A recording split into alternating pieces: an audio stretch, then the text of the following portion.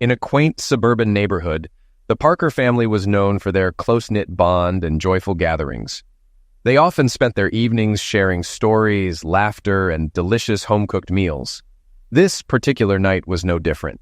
The atmosphere was filled with warmth and camaraderie as they enjoyed their dinner together. As the evening of lighthearted conversation and joy drew to a close, the doorbell rang unexpectedly. Lori, the enthusiastic 12-year-old, leaped up from her seat, punching her father and brother to the door. She quickly returned to the dining area, her expression marked by confusion. "A police officer is here, Dad. He wants to have a word with you," she announced. Frank felt a surge of anxiety, but managed to keep his composure for the sake of his children. He approached the door and was greeted by a Georgia State Trooper. "Are you Frank Parker?" inquired the officer. "Yes, that's me," Frank replied. "And are you Meredith Parker's spouse?" With a nod from Frank, the trooper glanced at the children and requested, "Could we talk in private, Mr. Parker?" Frank felt his throat tighten and cleared it before speaking. "Bobby, Lori, go to your rooms. I need to talk to the officer alone." The children started to protest, but when their father snapped, "Now!" they quickly obeyed. They weren't used to hearing such a tone. Once they left, the officer turned to Frank. "Mr. Parker, I have bad news. Your wife's plane is missing and presumed shot down. It vanished from radar tonight halfway between Miami International Airport and Nassau. A Coast Guard ship is searching for survivors." The situation was clear. Meredith, the VP of regional sales for a large multinational company, was traveling with the region's CFO to the company's Caribbean headquarters. An experienced pilot, Meredith's 180-mile flight to Nassau should have been routine. Frank hadn't worried when she called to inform him of her plans. Now he was distraught, facing his worst nightmare. His wife's plane had crashed in shark-infested Caribbean waters. The officer gave a few more details, none of which reassured Frank, and promised the Coast Guard would call in the morning or sooner with any news. As soon as the officer left, Bobby and Lori rushed to Frank, their faces full of concern, asking questions he couldn't answer. He knew they'd been eavesdropping. They huddled together, trying to console one another. Lori started crying, and Bobby's eyes reddened. Frank tried to stay composed for his children, but inside he was furious. They couldn't focus on dishes or homework and spent the evening clinging to each other. Though it was past their bedtime, they waited for a call that never came. Finally, exhausted and scared, the three of them fell asleep together in Frank's bed for the first time since the kids were little. The next morning, while attempting to eat breakfast, a Coast Guard representative called. Any hope was quickly dashed when they reported no findings. Frank called the children's school principal to explain their absence, then found Bobby and Lori watching CNN's coverage of the missing plane. Unsure if he should let them watch, the phone rang again, starting a cascade of calls. Meredith's parents and his own were the first, all trying to sound optimistic despite their worry. Frank promised to update them with any news. Calls from Meredith's friends and coworkers followed, each wanting to help but unsure how. The conversations were brief and awkward. The hardest calls were from the media. Caught off guard, Frank talked longer than he wanted with a reporter from the Journal-Constitution. Realizing the pattern, he started screening calls, answering only those from loved ones. Neighbors and friends began arriving with condolences and food. Initially, Frank appreciated the meals, lacking energy to cook, but soon they had more than they could eat. Each dish, a Southern tradition to show concern, became a painful reminder of his likely loss. The next few days were horrible. The Parkers, practically prisoners in their home, avoided people and clung to the hope of news from the Coast Guard. Frank called the Miami office daily, but the reports were always negative. 5 days later, a Coast Guard officer called with the dreaded news. Wreckage of Meredith's plane was found with no sign of survivors. "I'm sorry, sir," the officer concluded, "but we have to stop search and rescue efforts." Frank wanted to hide and mourn alone, but there was no chance for that. He faced an overwhelming list of responsibilities, starting with breaking the sad news to Bobby and Lori and comforting them. Once they calmed down, he had to call family and friends, arrange a memorial service, and write an obituary. By the end, Frank was exhausted. The family endured the service and began the slow process of returning to normal life. The children went back to school, which helped a bit, but Frank struggled with new responsibilities. On a friend's advice, he contacted a lawyer about legal matters and was shocked to learn he needed a pass-away certificate. "But her plane crashed at sea," Frank protested. "I know," the lawyer said, "but without a body, the court must issue an official statement. Do I really have to wait 7 years?" "No," the lawyer assured him. "Cases like this usually resolve quickly. I'll draft a petition and help you amend other documents like bank accounts, mortgages, and insurance. Frank, overwhelmed, knew he also had to contact his wife's company about benefits. He dreaded calling the widow of John Collier, the CFO, on the plane with Meredith. Though Frank disliked Collier, he felt it was his duty. When he called, Amanda Collier was already waiting. As they exchanged condolences, Frank realized she understood his grief. She asked, "How are you, Frank?" "It's hard, Amanda. I can't accept she's gone. Everything reminds me of her. I keep thinking I see her in crowds." He looked at the floor, overcome with emotion. Amanda knew no words would help. "And you, Amanda? How are you?" "It's not easy, but I'm managing," she said. "John and I didn't have kids, so it's different for me. We didn't get along before this. If he hadn't died, we were headed for divorce." "I'm sorry to hear that," Frank said sympathetically. "One moment I'm relieved I don't have to deal with his affairs, and the next, I feel guilty for not being sadder. But some part of me still misses him." "Will you be okay financially?" Frank asked. "I'll manage. The company insured John's life, so I'll get twice the face value. But he made bad investments, and we lost a lot of money." Frank wasn't surprised by John Collier's behavior. Amanda's mention of company-paid life insurance reminded him to contact Meredith's benefits department. After chatting a bit longer, Frank rose to leave. "Amanda, I'm sorry, but I have to leave. Bobby and Lori will be out of school soon, and I need to pick them up. Please keep in touch, and if you need anything, even just to talk, call me." When Frank arrived home with Bobby and Lori, he was surprised to see a car parked outside. Leading the children through the garage, the doorbell rang. Outside stood a man in his 50s and a young woman in business attire. "I'm Special Agent Harold Barnes, and this is Special Agent Celia Murray. We're with the Georgia Bureau of Investigation. We'd like to ask you some questions about your wife's disappearance." Lori clung to her father's waist, tears soaking his shirt. "What does that mean?" Frank demanded angrily. Agent Murray intervened. "I'm sorry we upset your daughter, Mr. Parker. We're just doing a routine check related to your application for Mrs. Parker's pass-away certificate. We can come back later if you prefer." Frank reassured his daughter. "It's okay, sweetheart. Nothing bad happened." Agent Murray knelt and offered Lori a napkin, which she hesitantly took to wipe her eyes. Frank then sent Lori to her room to do her homework. Turning to the agents, Frank said, "If it won't take long, let's get it over with." They moved to the living room and sat around the coffee table. "We need some information about your wife," Agent Barnes began. "How long were you married?" "Since 1990, right after we graduated from the University of Georgia," Frank replied, recalling the beautiful brunette he had married. "And she worked for the International Marketing Corporation until she disappeared." "Yes, she was the VP of sales for the southeastern U.S. Why would she go to the Bahamas?" Agent Murray asked. "The southeast region included Puerto Rico and the Caribbean. Their Caribbean headquarters was in Nassau, so Mary often flew there." "Mary?" the woman inquired. "Mary was my pet name for her," Frank said hoarsely. Agent Murray patted him on the shoulder. "It's okay, Mr. Parker. I know this is hard." Agent Barnes changed the subject. "Did your wife normally fly her own plane for business trips?" "Yes, her father was a pilot, and she got her license young. She preferred flying herself to stay independent of commercial airline schedules." "What about you, Mr. Parker? What do you do?" "I'm a house husband," Frank smiled. "I was an aerospace engineer until 3 years ago when my company downsized. Moving for a new job wasn't an option, but Mary's career was thriving, so we decided I'd handle the household and kids." "And how did this change affect your relationship?" Agent Barnes asked. "What's that got to do with it?" Frank snapped. Agent Murray interjected. "We need to see if any factors played a role in your wife's disappearance. This is routine." Frank calmed down. "It was a big change, but as an engineer, I evaluated all factors. It made sense for our family. Mary focused on her career, and I took care of Bobby and Lori." The agents were silent, and Frank continued. "It wasn't easy. She was often busy with clients and meetings, and I felt her work came first. But that's common in corporate life, and things were going well." "Two more questions, Mr. Parker," Agent Barnes said. "Did you notice any changes in your wife's behavior before she disappeared?" "Not really," Frank replied after a moment. "She was under a lot of pressure and traveling more, but Mary said she was in line for a promotion that would reduce her travel and come with a higher position and pay."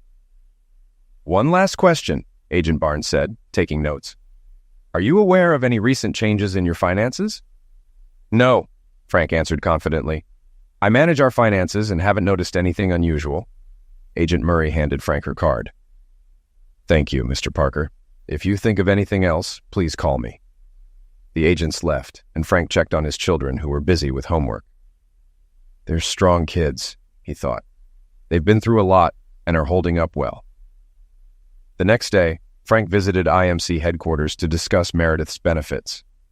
The head of the department expressed condolences and handed him a box of Meredith's belongings, including a family portrait. A specialist reviewed Meredith's 401k account with Frank, revealing it was much higher than expected due to increased contributions. The specialist advised him to transfer the funds to his own IRA for easier management.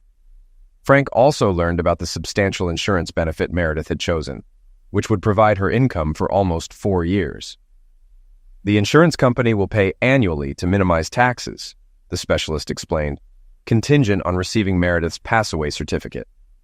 After meeting with the GBI agents, Frank was confident it would arrive soon. Relieved, he realized he wouldn't need to find a job immediately. "Thank you, Mary," he whispered. A few days later, as Frank prepared dinner, the doorbell rang. Special Agent Murray stood there and informed him the investigation was complete and the pass-away certificate issued. Frank sighed in relief. Suddenly, Lori's panicked cry came from the back of the house. "Daddy, help me!" Frank rushed to her room with Agent Murray following. Lori was staring at a large red stain on her jeans. "I'm bleeding, Daddy!" she cried. "What happened, Lori?" Frank asked, horrified. Agent Murray stepped in. "Let me handle this," she said firmly, pushing Frank toward the door. "Wait in the living room." After 15 anxious minutes, Celia emerged. "Lori's fine. You need to go to the store and buy sanitary napkins. Get the smallest size." "But Lori, Bobby," Frank started to protest. "I'll take care of Lori and explain to Bobby. You go to the store and hurry back," she insisted. On the way, Frank realized Lori was menstruating. He berated himself for not having talked to her about growing up. "Oh, Mary, I need you more than ever," Frank thought. When he got home, Celia met him at the door and took the package. "You did good, Daddy," she said, smiling. She went into Lori's room. After 30 minutes, Celia reappeared, hugging Lori. Frank knelt and hugged his daughter. "Oh, honey, I'm so sorry. I should have talked to you about this earlier." "It's all right, Daddy," Lori said. "I just got scared. Celia explained it all to me. Now I know what to do." She held Celia's hand, and Frank realized his daughter had made a new friend. He turned to Celia. "Thank you. It's good you were here. I'm not great with girls." Celia smiled, but Bobby interrupted. "Does this mean we won't have dinner tonight? I'm starving." Lori shrieked, but Frank held her back. "Bobby, if you talk to your sister like that again, you'll go to bed hungry," Frank warned. "Now go wash your hands and set the table." He turned to Celia. "Please join us for dinner." Celia hesitated, but Lori tugged her arm. "Please, Celia, stay." Celia smiled and agreed. At dinner, the kids bombarded Celia with questions about law enforcement. Frank was amused and relieved to see his children coming out of their sorrow. After dinner, Frank offered Celia coffee. "You seem comfortable with kids. Do you work with them often?" he asked. "I come from a big family, 2 brothers and 3 sisters. I was the oldest, so I was like a second mom," Celia explained. "That's why I knew what to do with Lori. I helped my sisters through puberty." Frank grinned. "I'm glad you were here. I wouldn't have known how to calm Lori." Celia's expression turned serious. "How are they coping with their mother's loss?" Frank sighed. "Lori is very clingy and Bobby is moody and withdrawn. I don't know if it's because of Mary's pass away or his teenage years." Celia looked at him sympathetically. "You're doing a great job. It will take time for all of you." She stood up. "I've intruded long enough. I'd like to say goodbye to Lori and Bobby." She hugged Lori, who walked with her arm around Celia's waist. She really has a new friend, Frank thought. A few days later, a package arrived for Lori, a pink stuffed elephant and a note from Celia. Frank was puzzled by the choice, but was surprised to see it take a prominent place on Lori's bed. "I guess she still has a little girl in her," he admitted. He called Celia to thank her. Celia was pleased and asked Frank to keep in touch. Weeks later, Bobby's teacher called to discuss discipline problems. Frank scheduled a meeting for the next day, but decided not to tell Bobby until he knew more. Mrs. Soldana, the home grade teacher, told Frank that Bobby's behavior had worsened over the past few months. "At first, I didn't want to say anything because I know he's been through a lot," the teacher explained. "But it seems to be getting worse. He's distracted, not doing homework, and not paying attention in class. If this continues, his grades will drop significantly." Frank was concerned. "How much of this is just being a teenager?" he asked. It's a difficult age, especially for boys, she replied. But I think his mother's pass away is affecting him more than he admits. You might want to see a psychologist. Frank thanked her and waited anxiously for the kids to finish gym class. Determined to talk to Bobby, he sent Lori to her room for homework and took Bobby to the master bedroom. Seeing his father's serious expression, Bobby knew he was in trouble. Frank recounted the teacher's concerns. "What's going on, Bobby? Why are you acting like this?" Frank demanded. "Just because," Bobby muttered. "Don't you care about your grades?" Frank pressed. "Not really," Bobby replied sullenly. Annoyed by his son's unresponsiveness, Frank tried to shame him. "What would your mother think?" "Who cares? She was a strumpet," Bobby shouted angrily. Shocked, Frank grabbed his son. "Don't talk about your mother like that. How can you say that?" Bobby whispered. "I saw her with another man." Bobby collapsed onto the bed, sobbing. Frank sat next to him, holding him. "It's okay," he repeated, trying to calm him. When Bobby's crying subsided, Frank asked gently, "Tell me what you saw." "It was last fall. I forgot my homework and sneaked home. I heard my mom come in and hid. I heard a man's voice. They went to your room, and when I looked in, they were on the bed." Bobby's words tumbled out, and he burst into tears again. "Why did she do that, Daddy? How could she be such a strumpet?" Frank felt numb but focused on comforting Bobby. "Sometimes people make mistakes. It doesn't mean we don't love them. Your mother loved you and Lori very much. Remember the good things about her." Frank talked to Bobby until he calmed down, then sent him to do homework. He asked Bobby not to tell Lori, and Bobby promised. The rest of the evening passed quietly. After the kids went to bed, Frank grappled with his emotions. At first, he wanted to deny what Bobby had seen, but he knew his son was too upset to have misunderstood. Frank felt betrayed.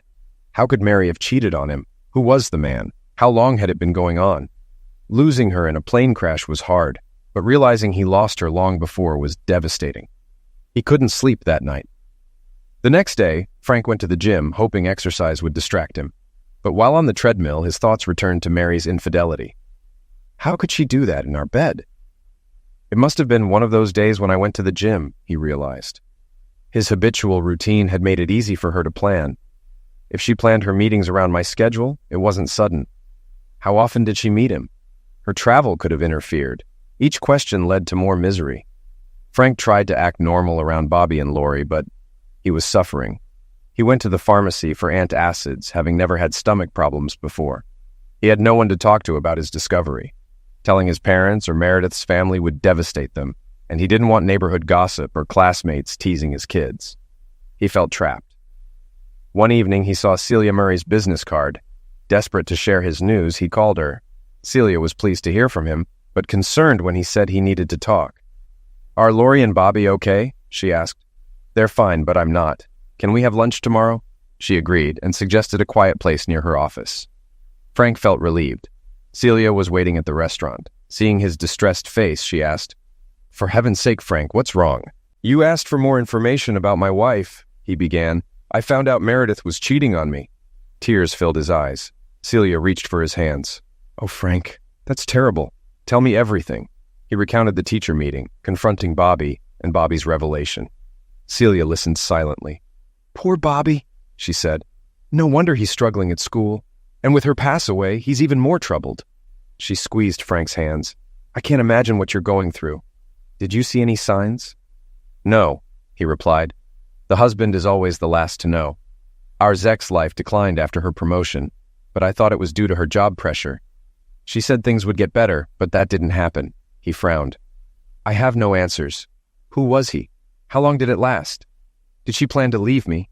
Why did she do this to us?" Celia squeezed his hands again. "Frank, you may never get answers. With her gone, it doesn't matter anymore. Focus on your family and yourself." "I know you're right, but it hurts.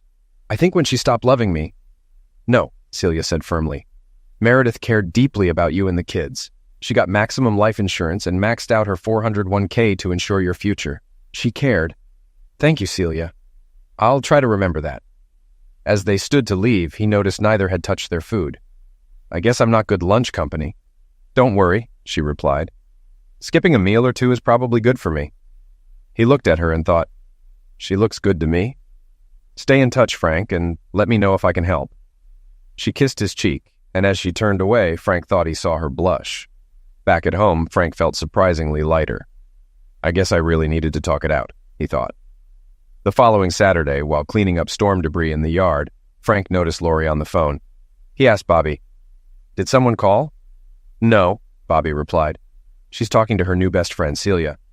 "Does she call Celia a lot, and what's a BFF?" "Oh, Dad," Bobby sighed. "BFF means best friend forever." Lori looked up and asked, "Daddy, can we take Celia to dinner?" "Let me talk to her," Frank said, taking the phone. "Hi, Celia. Would you like to have dinner with us tonight?" She quickly agreed. "Great. See you around 6 o'clock, Frank said, turning to Lori. "She's coming. Let's clean up so she doesn't think we live like pigs." "Oh, Dad, do I have to?" Bobby complained, but started tidying up. Frank decided to make a special fish dish, which meant a trip to the grocery store. He found a nice piece of salmon, picked up dessert, a bottle of wine, and a bouquet of flowers. "I guess I'm going all out," he thought. Celia arrived at 6 o'clock, and Lori welcomed her in. Even Bobby made polite conversation. Frank felt a bit awkward, but Celia didn't seem to notice. She chatted with Lori and explored her room while Frank finished dinner. The meal was a success, and Celia teased, "Oh, a man who can cook. Mother warned me about you." After dinner, Celia helped with the cleanup. With the kids occupied, Frank and Celia filled their wine glasses and moved to the living room. "Frank, dinner was wonderful. Thank you for inviting me." "Lori wouldn't forgive me if I hadn't," Frank laughed. "She's a wonderful girl, and you're doing a great job," Celia said. Then her tone changed. "Frank, I have some confidential information to share. You know the GBI conducted a routine investigation before issuing your wife's pass-away certificate. We found nothing unusual. But with John Collier, we discovered some oddities. He was in financial trouble due to bad investments." Frank nodded, recalling what Amanda Collier had told him. IMC Security found significant irregularities in the Southeastern Accounting Department, headed by John Collier. They uncovered a fraudulent billing scheme that may have embezzled millions from IMC, and John Collier appears to have authorized it. "Poor Amanda," Frank commented. "She didn't deserve that." But Celia's revelations sparked new thoughts. Could Collier have caused the crash to cover his tracks? What if Meredith found out? Could he be hiding somewhere? Frank speculated. "Frank, you're getting carried away," Celia cautioned. "The most likely scenario is still the plane going down unexpectedly. We'll explore all possibilities, but don't jump to conclusions." "Do you think Meredith was involved?" Frank asked. "It's unlikely," Celia replied. "She had no signs of planning to abandon her family, unlike Collier, whose marriage was falling apart. Meredith's finances were in perfect order. It's just speculation. The only fact we have is the plane crashed." "Frank, promise me you won't share this. It could jeopardize the investigation and my job," Celia warned. "I understand, and I promise. But why tell me?" Frank asked. "You might hear something that helps. Promise you'll tell me immediately. No Lone Rangers," she urged. "I promise," Frank replied. "Besides, I enjoy our talks." Celia smiled, lighting up the room. Celia said goodbye to Bobby and Lori. Frank noticed Bobby paused his game to say goodnight, a rare gesture. Lori walked Celia to the door, securing a promise to call. Celia kissed Frank on the cheek before leaving. "She likes you, Dad," Lori said. "I like her too," Frank replied, pulling Lori close. That night, Frank lay in bed thinking over what Celia had told him and imagining various scenarios. "Oh, Mary," he thought, "what have you gotten yourself into?" He eventually fell into a restless sleep. A week later, while browsing sports news on his computer, Frank noticed the Facebook icon. On a whim, he clicked it. Frank rarely used Facebook, except to monitor his children's activities. He insisted Bobby and Lori add him as a friend and give him their passwords, hoping to encourage them to be discreet. Logging in, Frank saw mostly uninteresting content, but noticed a friend request from Tom Thomason, a name he didn't recognize. There was no photo, just a silhouette. Clicking on the name, he found the stranger's information was only available to friends. "Hey, Bobby," Frank called out. "Do we know a Tom Thomason?" "No," Bobby replied. "He's been trying to friend me for weeks. I just delete his requests." Lori peeked in. "Yeah, he tried to friend me too. He's just some creep on Facebook." Frank was concerned. An unknown person wanted to contact not only him, but his children too. He reassured them, "You did the right thing. Never respond to strangers online." An idea struck him. "Maybe Celia can help us find out who this Thomason is." He called her, and she answered warmly. "Hi, Frank." "Hi, Celia. Can you come over? Something strange has come up and I need your help." "Bobby and Lori are fine, right?" she asked, concerned. "They're fine," he assured her. She promised to arrive in 45 minutes. Frank was impressed by her punctuality and neat appearance. "You look great, Celia. You didn't need to dress up for us," he said. "Thank you, Frank. I wanted to," she replied. Frank called the children over, and Bobby quickly logged into their Facebook accounts, showing the friend requests from Tom Thomason.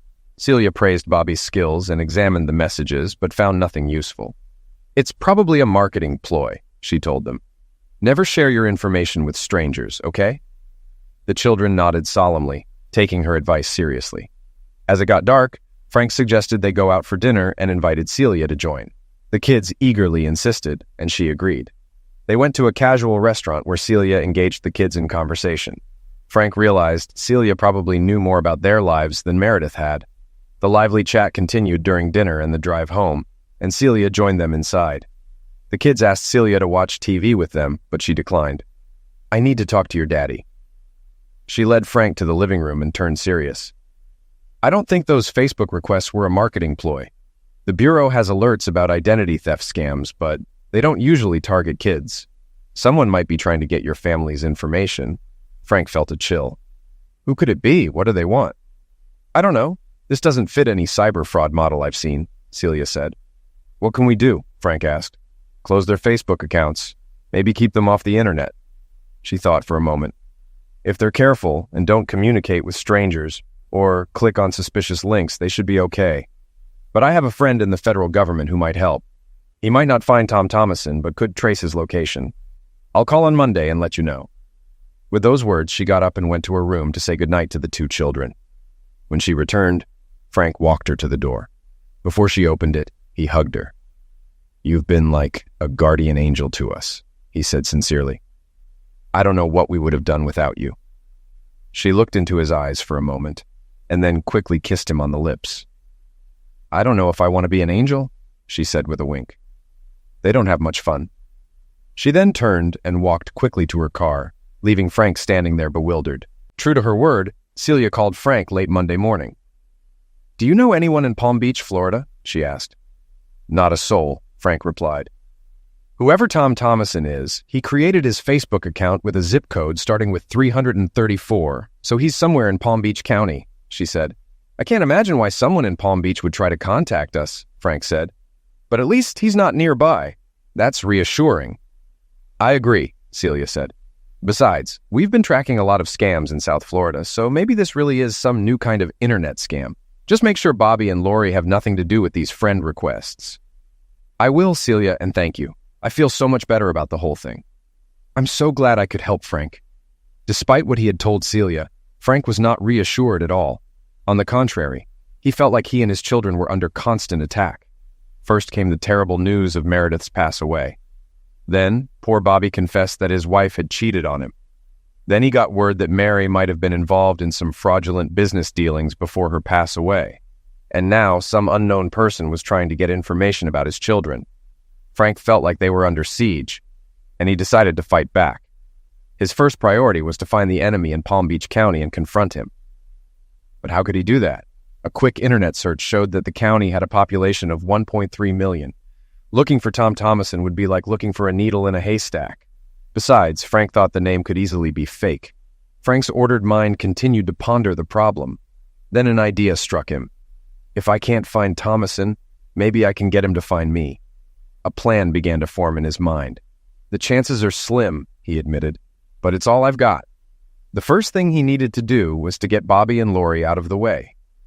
It was almost time for summer vacation, and that gave Frank an idea. He dialed his in-laws' number. "Dad, would you and Mom like Bobby and Lori to come visit for a week? I'll need to go out of town during that time, so you'd be a big help." When the children's grandfather happily agreed and all the issues surrounding their stay were resolved, Frank hung up the phone and immediately called Delta. "I'd like to book a flight to Palm Beach." His children welcomed the news of their upcoming visit to their grandparents, but their enthusiasm waned when they learned that their father would not be traveling with them. It would be the first time they would be separated since their mother's pass away, and the prospect brought back the fear of abandonment they had felt since then. Frank hated to cause the children any distress, but he felt that he must do what he intended, and he succeeded in persuading them. A week before their visit began, Frank started having doubts. "Am I doing the right thing?" he asked himself. But despite the uncertainty, the thought of doing nothing was worse. His inner turmoil was briefly interrupted by a phone call from Celia, who called to inquire how he and his family were doing. After a few minutes of conversation, the tone of her voice changed slightly, and Frank thought she sounded almost shy. "I was wondering if you wanted to get together next week.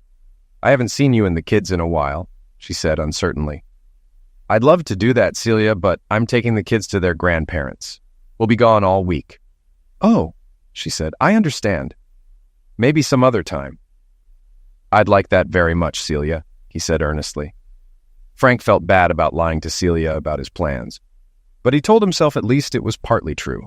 Besides, he was sure he knew what she would say if he revealed his true plans. When Frank returned home and took the children to his relatives in the village, he immediately sat down at the family computer. One of the reasons he asked Meredith's family to take his children was that he knew they didn't have a computer, so he felt safe logging onto Lori's Facebook. Sure enough, a friend request came in from Tom Thomason. Frank clicked on the accept option and quickly received confirmation that Lori was now friends with this stranger. If nothing comes of this, Frank thought, I'll just unfriend him later. Next came the hardest part. Pretending to be a 12-year-old girl, he studied his daughter's previous messages and decided that he could imitate her style quite well. "I may not be able to fool her friends," he admitted to himself, "but I hope I can fool Tom Thomason." He decided that his first communication should lay the foundation and wrote a short note about her visit to the country. "Lori, just a little news for her friends," thought Frank. Nothing to arouse the suspicions of the lurkers. The next day he planned to set a trap. "OMG, I'm going to Florida. My best friend Celia offered to take me with her and my dad agreed. Flying out tomorrow, can't wait." Frank decided to call Celia by her first name, thinking that neither Lori's friends nor Tom Thomason knew her. He hoped Celia wouldn't mind. Now that the bait was set, Frank hoped he could attract the fish's attention. "I can't believe I'm in Palm Beach. That's amazing." That evening, Frank posted, "Spent the day at the beach. I'm going to be so tan." The next morning, he posted another note, hoping it would catch on. "I'm going back to the beach tonight. Tomorrow, Celia's taking me shopping on Worth Avenue. We'll have lunch at Taboo's Tukula." As soon as the post appeared on Lori's page, Frank headed to Hartsfield-Jackson International Airport. Soon he was settled in his seat for the 2-hour flight to Palm Beach. Looking out the window, he remembered visiting Palm Beach once before. He and Mary had driven through town on their way back from their honeymoon in Miami Beach, crossing the Lake Worth Bridge and traveling down Southern Ocean Boulevard, admiring the mansions overlooking the Atlantic. After landing, Frank rented a car and drove to the motel in West Palm Beach where he had booked a room. There was a fast food restaurant across the street, so he grabbed a sandwich and a soda, which he ate in the room while studying a map of the city on his laptop. He hoped he was doing the right thing. After breakfast, he checked Lori's Facebook page but found only a few envious replies from her classmates. He didn't expect Thomason to contact him, but he hoped his fishing expedition might turn up something. Around 10 a.m., he got in his car and drove east over the Royal Park Bridge, turned south, and then east again to Worth Avenue. He wanted to be there early and needed to park on the street so he could get there quickly if necessary. After circling the block where the restaurant was several times, he began to wonder if he had miscalculated. Suddenly, a car pulled out in front of him, and he was able to pull into the parking space. Setting the meter, he walked down the street in front of the restaurant. Noticing a bench in the shade, he gratefully took a seat, put on his baseball cap and sunglasses, and pulled out a copy of the Palm Beach Post, pretending to read while scanning the street. As he sat there, he realized how flimsy his plan was. He had no idea if Tom Thomason had seen the fake posts on Lori's Facebook page or would show up in response. Worse, he had no idea who he was looking for. Unless the mystery man turned out to be John Collier, which Frank doubted, how would he recognize the threat? All he could do was hope to spot a suspicious man and come face to face with him. The street was crowded, and Frank tried to keep track of all the passers-by. The restaurant was starting to fill up, and his stomach rumbled as he watched people coming in. He cursed himself for not bringing a sandwich but didn't dare leave his post. Time stretched slowly, and after a while, he saw the crowd in the restaurant begin to thin. Glancing at his watch, he realized it had been over an hour. What an idiot, he thought. I wouldn't be any worse off if I stayed home and could at least see Celia again. As he watched the shoppers passing by, a woman crossing the street caught his eye. Here I go again, Frank thought, seeing Mary in a crowd of strangers. In fact, the woman looked nothing like Meredith at all. Meredith had shoulder-length brunette hair, while this woman was a blonde with a short haircut and dressed differently from anything Meredith would wear. But there was something eerily familiar about her, and as he continued to watch, Frank realized it was her gait that had triggered his reaction. He impulsively got up and followed her. Glancing down the street, he saw the blonde had reached the corner and was trying to hail a cab. Risking his life, Frank ran across Worth Avenue and jumped into his car. Just as he pulled away from the curb, he saw the woman climb into the back seat of the cab, which raced down the avenue toward the Atlantic before reaching Southern Ocean Boulevard. The cab turned left onto County Road and headed north. Frank followed it for some distance. Finally, he saw the cab turn left onto a suburban street and continue until it almost reached Lake Worth. Frank stopped the car at the curb about a soccer field away and watched as the woman paid the driver and entered an elegant house facing the lake. Frank squinted, trying to get a good look at her. Despite her different hair color and cut, she was the same height and weight as Mary. And as she walked down the path toward the house, Frank was again struck by her gait. Sitting in the car, Frank suddenly remembered a book he had read long ago. In the story, an actor needed a disguise and put pebbles in his shoes to change his walk. "If someone sees me," the actor said, "they'll say, 'Looks like that guy, but it's not him because I'll walk differently.'" It works the other way too, thought Frank. Recalling the book, he became certain he had just seen his deceased wife. Holding back his growing anger, he ran down the street and walked to the door. He rang the doorbell and crossed his arms, waiting. The woman opened the door, looking perplexed. Then she did a double take and shrieked, "Frank, what are you doing here?" "Hello, Mary. Funny to meet you here," he said sarcastically. After a moment's hesitation, she spread her arms to hug him, but he quickly raised his hands to stop her. "Don't touch me," he growled. Then, unable to contain his anger any longer, he shouted, "How could you do this to me? How could you leave Bobby and Lori?" Meredith threw an anxious glance outside, grabbed his arm and dragged him into the house, slamming the door behind her. "I did it all for you, baby. For you and the kids," she urged. "You have to believe me. It was the only way out." "What the hell are you talking about?" demanded Frank hotly. "You're missing the point. None of this makes any sense." "Sit down, little one," she coaxed. "You have to let me explain everything." She was still speaking loudly and rubbed her hands together nervously, sitting down and urging him on. When Frank sat down, an icy calm descended upon him.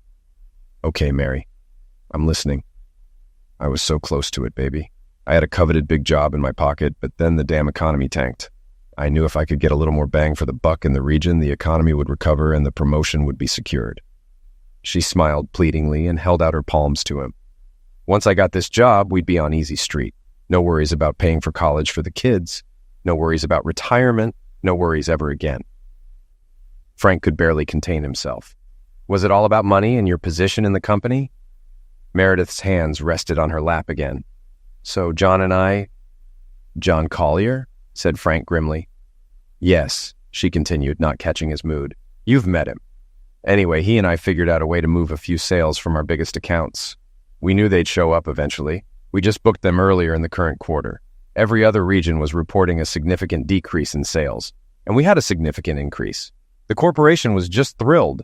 We earned the biggest bonuses the company has ever paid," she said proudly. Then the smile slid off her face like a cloth falling to the floor. "But the economy was getting worse, not better. And when John told me it would all come out eventually, I knew we had to do something about it. We needed a lot of money to pull this off. So John created a dummy vendor account and started sending fake invoices to IMC. They're so sloppy and wasteful over there, they didn't even notice." "So, you were planning to fake your pass away in a plane crash to cover your tracks?" asked Frank. "That's right, kid," she said, as if Frank was her star pupil. "With enough money, it's not hard to get someone to leave a Zodiac motorboat with a GPS signal in the Caribbean. We just homed in on the signal and landed right next to it." "So this whole thing was just a way to steal a lot of money and abandon the family?" asked Frank bitterly. "No, baby," she protested. "That's not it at all. I knew I'd have to get out of sight for a while, but I made sure you and the kids were okay. I took out life insurance and put everything I could into my 401k so you guys would have plenty of money," she said proudly. And you thought having enough money would make up for the loss of my wife and the mother of our children? This time she heard his bitterness. No, baby, no, you don't understand. I was going to come back for you. As soon as things settled down, I was going to contact you. We could go somewhere safe, baby. We could be together. As she spoke, her eyes continued to dart around the room. Frank looked at her with a stony stare. You're only missing one thing, he said in an even voice. What is it, baby? She asked. You forgot about having fun with John Collier, he said. She was scared at first, but then she stood up and held out her arms to him. No, baby, it wasn't like that. John and I just worked together. We were never more than co-workers. Don't lie to me, Meredith, Frank snapped back. Bobby saw you two together in our bedroom. She sighed. God, did Bobby see us? Oh, that's awful. A sob caught in her throat, but then she came to her senses and straightened up again. It was just one time, baby. He said he wouldn't help me unless I gave myself to him, but it was just one time. I swear. Frank stood up, ignoring her. He looked around. Come out, John, he said loudly. I know you're out here somewhere. Meredith continued to wail. No, baby, it's just me. It was just one time. But no sooner had she continued than John Collier appeared from the bedroom. He was wearing a robe and had his hands in his pockets. Lay off, Mary, he knows, Collier muttered, though he guessed they lived together. Hearing Collier use his wife's favorite name made Frank wince. Meredith began to cry. He must have found us through Facebook, Collier grumbled. I warned you, but you just had to check your two offspring. Then his tone changed to cold and hard. But that doesn't matter now. We need to get out of here. He turned to Frank and pulled an automatic rifle from his robe pocket, pointing it at Frank. As for you, bright boy, you're the only one who knows we're still alive. No, John, no, screamed Meredith, but Collier ignored her. Looks like your kids are going to lose not only their daddy, but their mommy too, he said with a chuckle, raising his weapon at Frank. I wouldn't do that if I were you, came a voice from the hallway. All three turned around in amazement and saw Celia Murray appear, holding a Smith & Wesson automatic at Collier's throat. Before Collier could react, a second voice came from behind him. Drop the weapon, Collier. It's over. Special Agent Harold Barnes emerged from the kitchen, his weapon also pointed at Collier. The former head of the accounting department looked at the two agents hostilely, but then his shoulders slumped. He dropped the weapon to the carpet and slowly raised his hands while Barnes held him at point.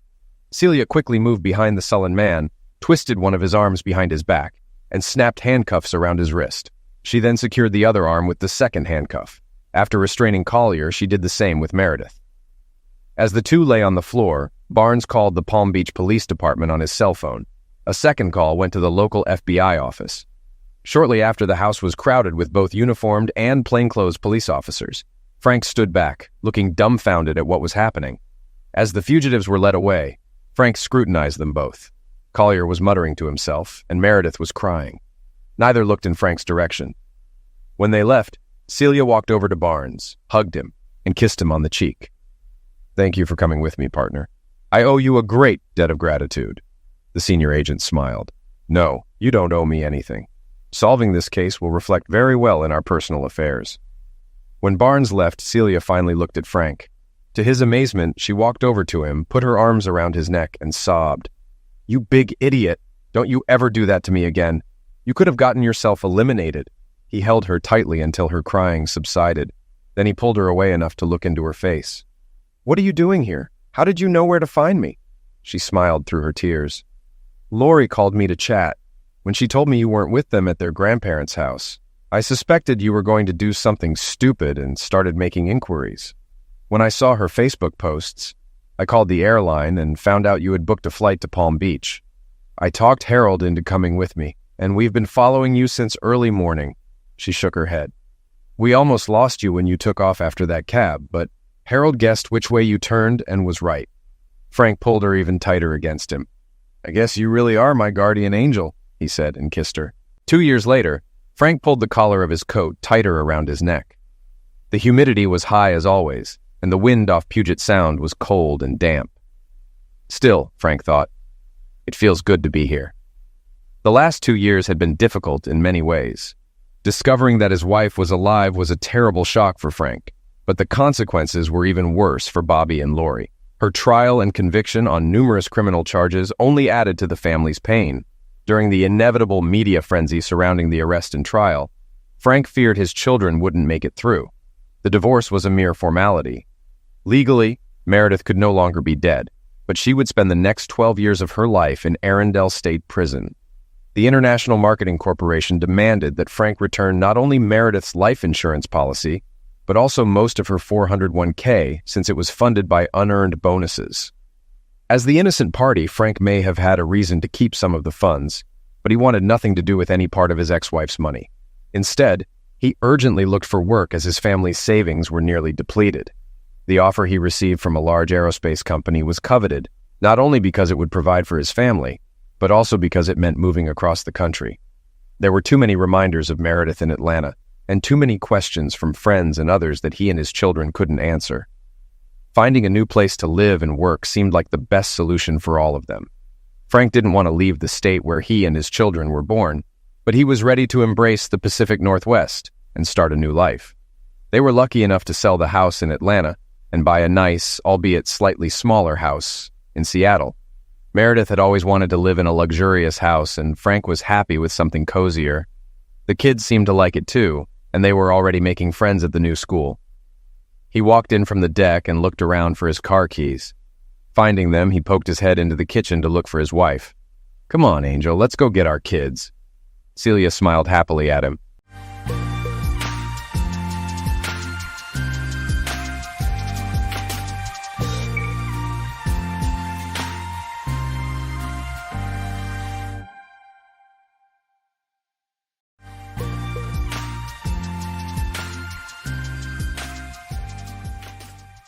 Nick and Yana Cirilli were out partying on Friday night. She was eager to have a good time and indulged a bit more than usual in her favorite wine. Lana, Yana's closest friend, and her husband Steve hosted the party and decided to kick things off with a game of truth or dare.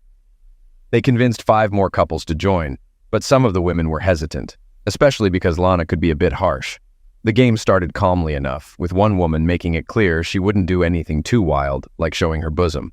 Others agreed to keep the questions reasonable, but as the game went on and the drinks kicked in, the questions became more daring.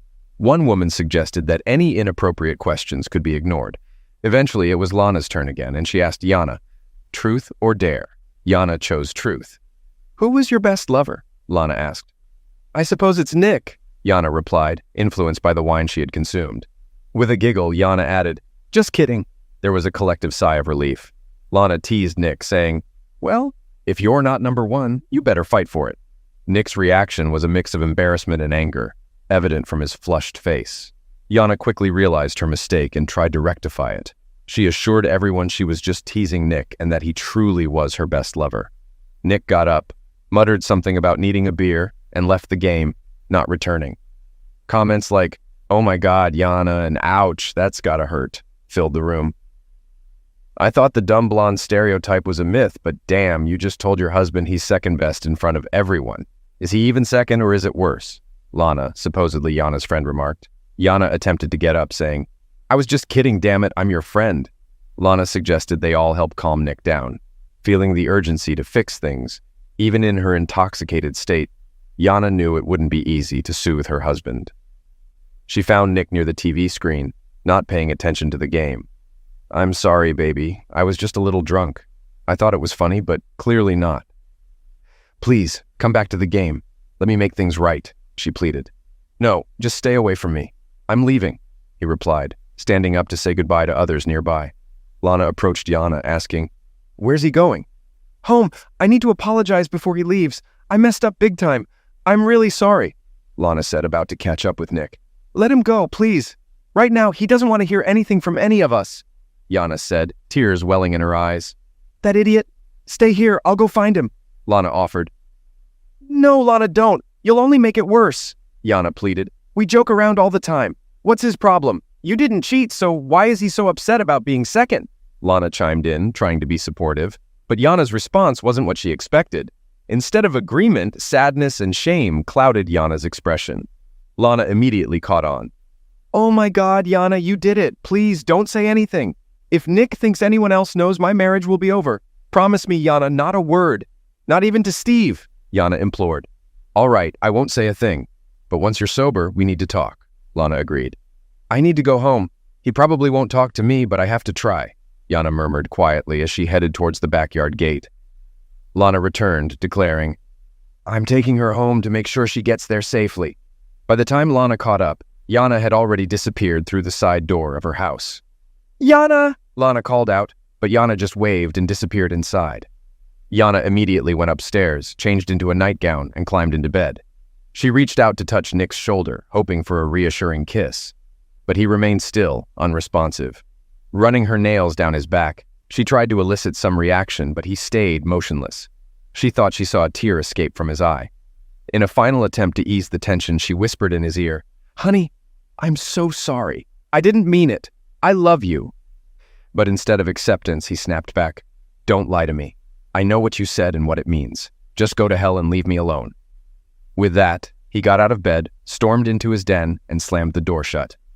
Yana cried herself to sleep. Morning came late, the events of the night keeping her from her usual early start. The kitchen was bare, no coffee brewing, no dishes in sight. It was clear Nick had left in a hurry. Avoiding a face-to-face encounter, Yana felt a deep sense of sadness. Her guilt weighed heavily on her, her mind replaying the hurtful truth she blurted out in a moment of drunken candor. "Actually, no," she had said loud enough for everyone to hear. Their friends couldn't mistake the implication.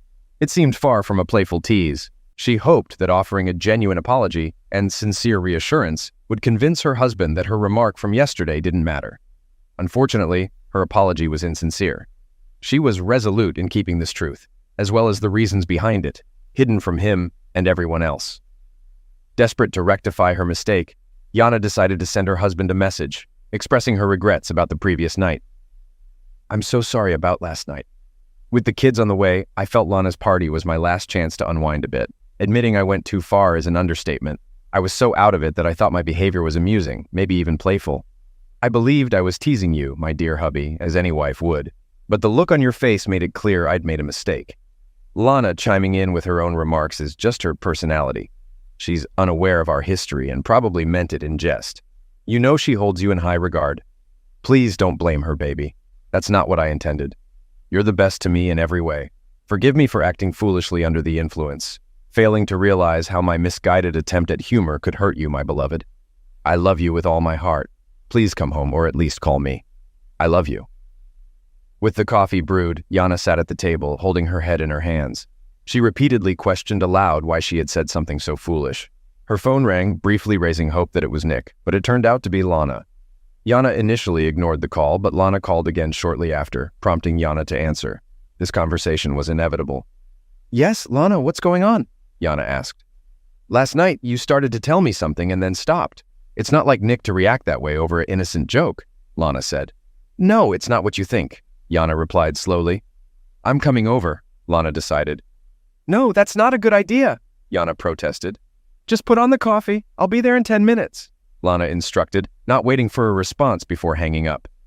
7 minutes later, Lana walked in through Yana's side door to find a cup of coffee waiting for her on the table, made just the way she liked it. "All right, spill it," Lana demanded. "Lana, I can't.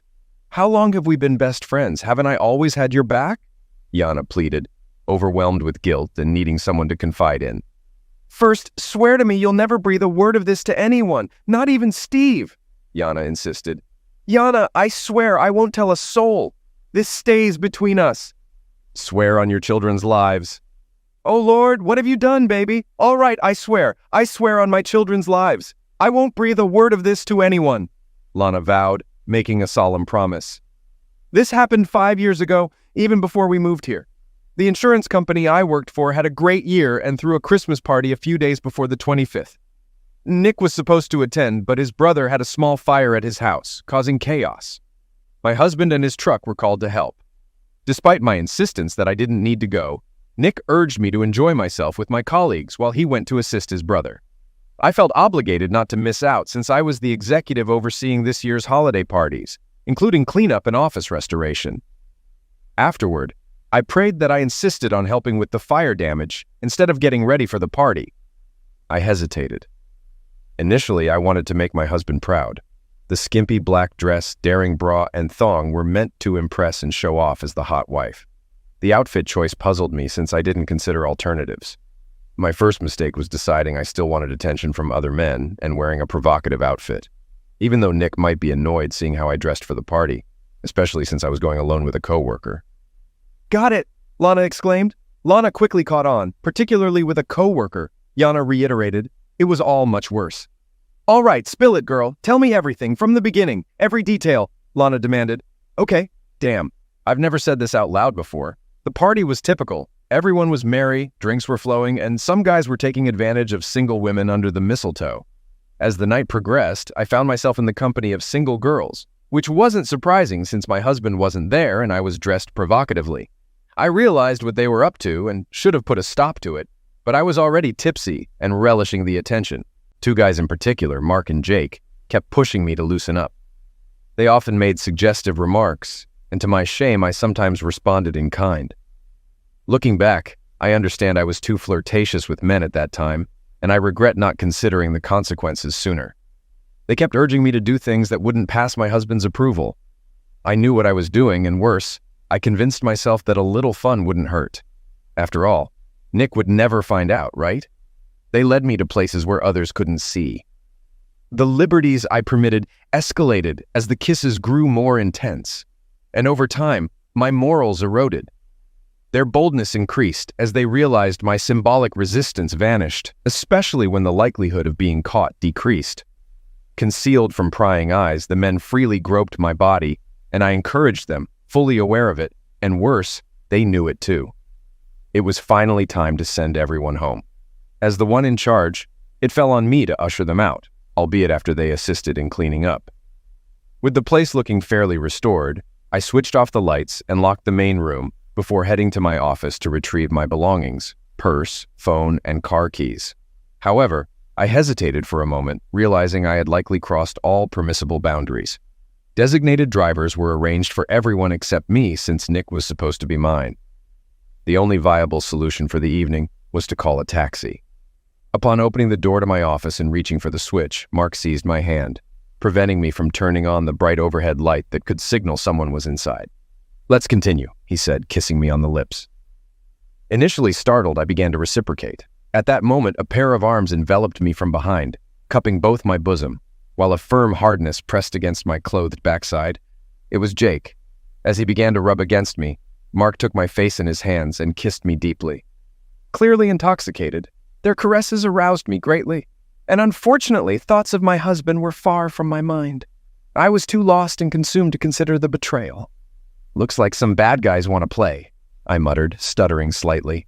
"We were hoping you'd say that," Jake responded, reaching out to switch on the desk lamp for sufficient light without revealing our presence to the outside world. Mark then closed and locked the office door. I need to stress something here, something I doubt anyone, even you, would believe. But I swear to God, it's the absolute truth. When I said I wanted to play, I didn't mean to have lovemaking with them. You're right about that. Convincing anyone, especially Nick, will be near impossible, I explained. Hell, the chances of anyone but me believing it are slim to none, Lana chimed in. I know, I'm fully aware of that, but I need you to believe me. I really, really need you to believe me. All right, baby. I believe you. I've seen firsthand how a little drinks can make someone rationalize things like caviar, Lana reassured. I just thought we'd keep kissing and fooling around while the door was locked. The only thing visible from outside is if the main light is on, so I figured I could have some gentle fun without any risk. I know how foolish it sounds now. Damn, I wish I could turn back time. Lana, I don't know if you've ever had two men try to seduce you, but the intensity of that feeling was overwhelming. Yana paused. Actually, since we're sharing confessions, I have something to add later, but please continue, Lana interjected. Okay, despite my resistance, Mark continued kissing me, and I was so absorbed in him that I forgot about Jake until I heard his zipper. My dress rode up, and Jake almost had my rear exposed. Meanwhile, Mark took advantage of the situation too. That was the moment it dawned on me that these two were going to have their way with me. Well, there was a lot of groping first, but then the clothes started coming off. Yours or theirs? Lana asked, intrigued by her friend's tale. Both, Yana continued. The sensation of two men undressing you while consumed by desire was beyond anything I'd imagined. I weakly protested, saying, No, I can't do this. No, I'm married. But within moments, all I had left was a thong and heels. Being pleasured by two men was the most erotic experience of my life, but what came next surpassed it. They didn't want to stop, and I was in ecstasy. How could anyone compete with such an experience? We were so caught up that it didn't take long until we all reached the peak. It was the best lovemaking I'd ever had. When the intensity waned, thoughts of Nick flooded in, and the magnitude of my betrayal hit me. I pleaded with them to keep our encounter a secret. It was a huge mistake, and I knew my marriage would crumble if the truth emerged. They both promised to stay silent, but I couldn't shake the fear of my betrayal being exposed. Lana sank heavily into a chair. Now it makes sense why you reacted that way yesterday. Did Nick ever find out? Lana inquired. Yana burst into tears before she could respond. If you need a break, it's okay, Lana offered. No, I need to get it out while I still can, Yana insisted and continued. I think they were both shaken by how upset I was, so they sincerely promised to keep my secret. That night I avoided Nick. It was well past midnight when he returned home from helping his brother. The following days were tense.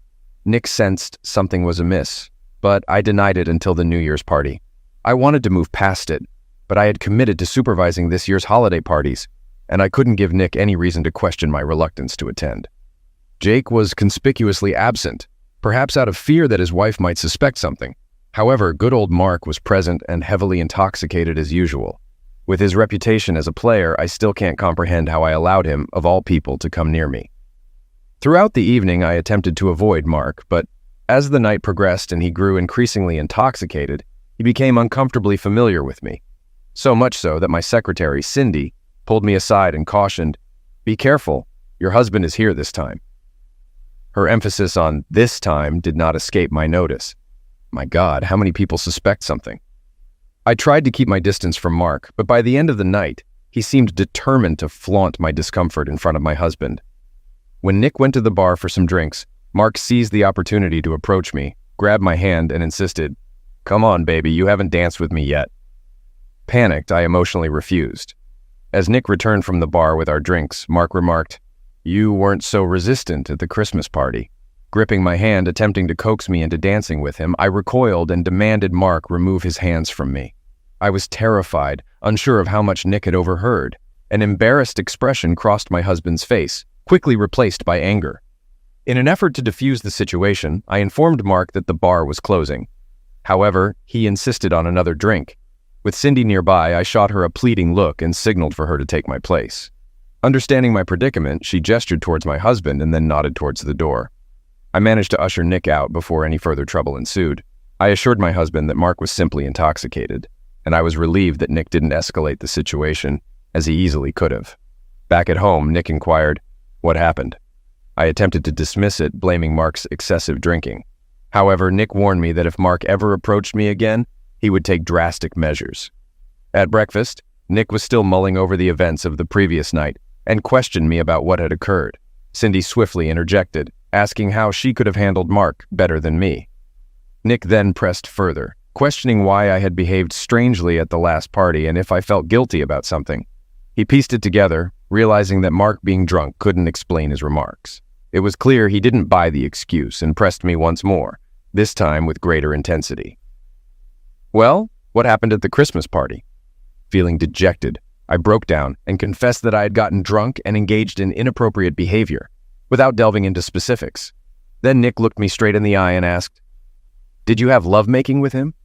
He saw it in my eyes and grasped it even before I answered. There was no point in denying it, so I admitted that I had consumed too much drinks and felt ashamed that I had allowed it to happen. He was furious, but he didn't press for details, and I refrained from elaborating.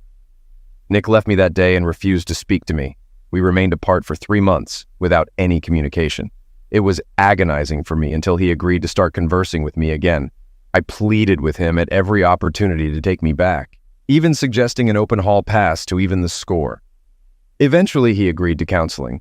After several months of therapy, I began to sense that Nick was seeking a path to repair our marriage. I was elated that he seemed willing to reconcile, and I was determined to do whatever it took to salvage our relationship. I anticipated that he would inquire for more details, and I was terrified of what revealing the whole truth would do to him. But to my relief, he refrained from asking those questions.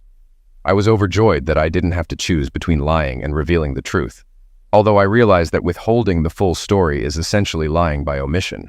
Ultimately, he agreed to reconcile, pledging to do everything possible to forgive me. However, there were conditions. Firstly, I had to sign a postnuptial agreement stipulating that I would receive minimal assets in the event of another infidelity. Another condition was that I resign from my job and we relocate. Additionally, he surprised me by presenting his own hall passes. Although I had suggested it in my desperation for him to agree without probing further, I signed an agreement granting him a couple of hall passes. I believe he needed them more to rebuild his bruised ego than anything else, as I doubt he ever used them. So I agreed to everything, including moving away from our friends and family, all to win back my husband. Fortunately, he was able to secure a lateral transfer in his company, and my background in insurance facilitated my job search. That's when we moved here. I never had to confess the full truth about my betrayal to him, and I remained faithful from then on. I'm sure you understand why. I fear that if he knew everything, he would divorce me. That's why my mistake last night could potentially be disastrous. I must stick to the narrative that it was a tasteless joke, misunderstood only by him, and that he is unequivocally the best thing in my life. Yana paused, letting her narrative sink in. My goodness, did you have a bacchanalia? I fantasized about that. Tell me again, how was it? Lana asked eagerly, reveling in her friend's actions without grasping the peril it posed to the marriage. Damn it, Lana, I nearly lost my husband and I'm still at risk. Then after a significant pause, Yana confessed. It was the most thrilling carnal encounter of my life, she added solemnly. I can never let Nick discover the truth. Never. Okay, I understand why you'd say that. I also get that no man can compete with two. It beats my dirty story, Lana admitted. What did you do? Yana inquired. Okay, I need you to swear to me too. This stays between us. Steve would probably kick me out, Lana asserted, locking eyes with Yana.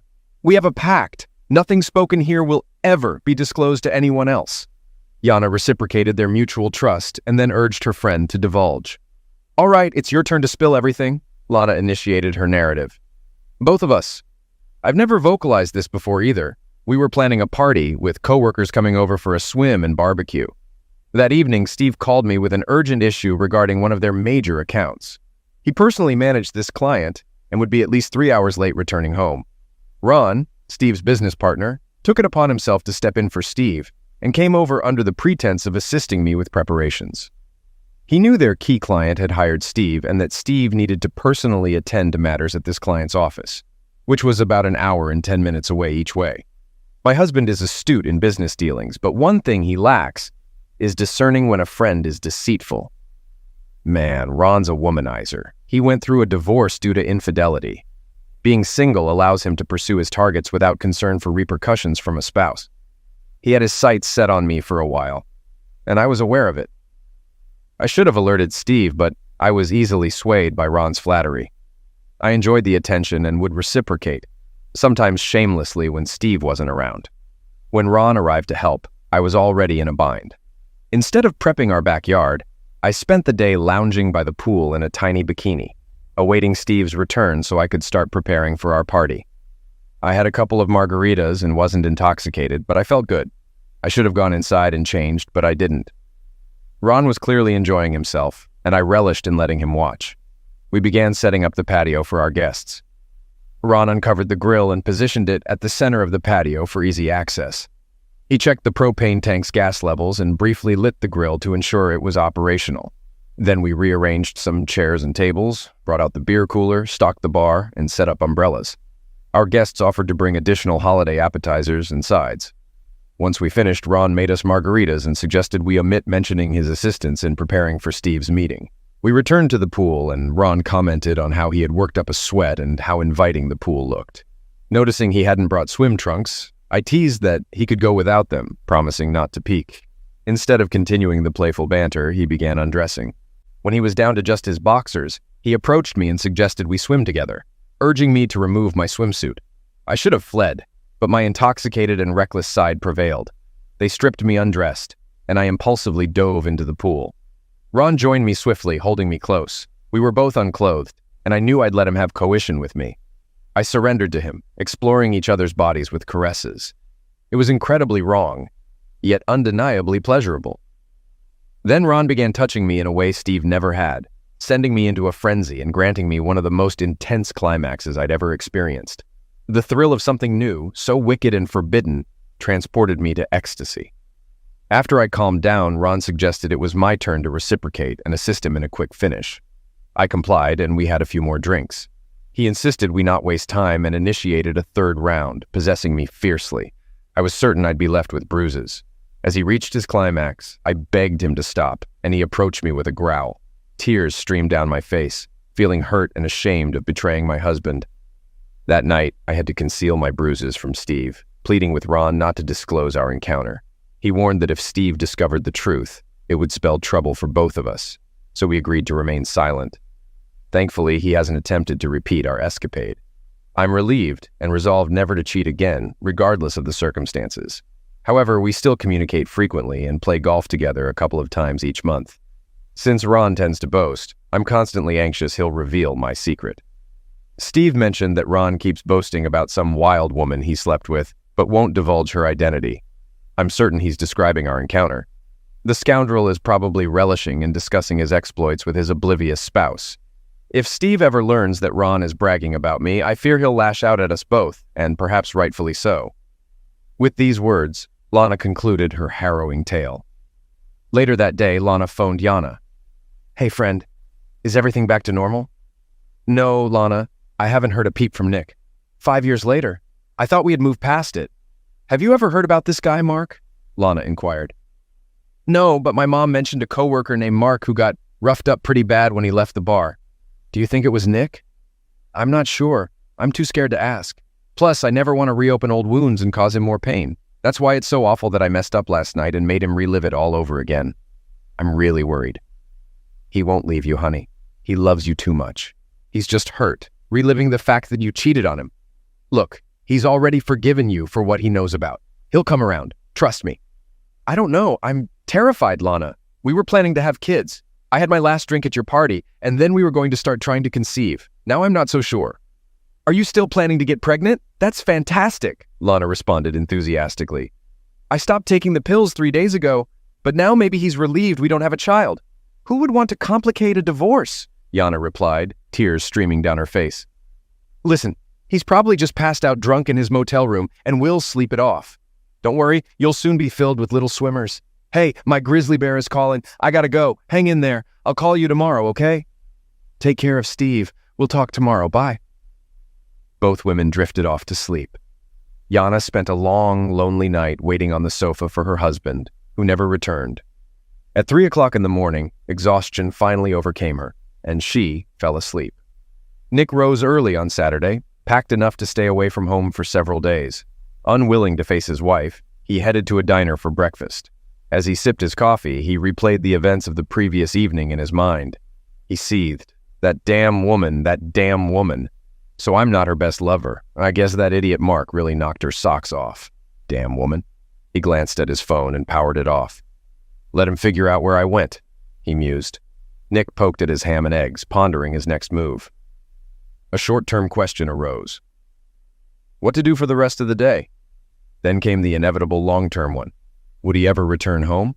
Or should he divorce this woman? Divorce? Lord, is this what it's come to? It doesn't sit right, but making a decision now, when I'm furious, might not be wise. Perhaps I should go back and confront that damn idiot again.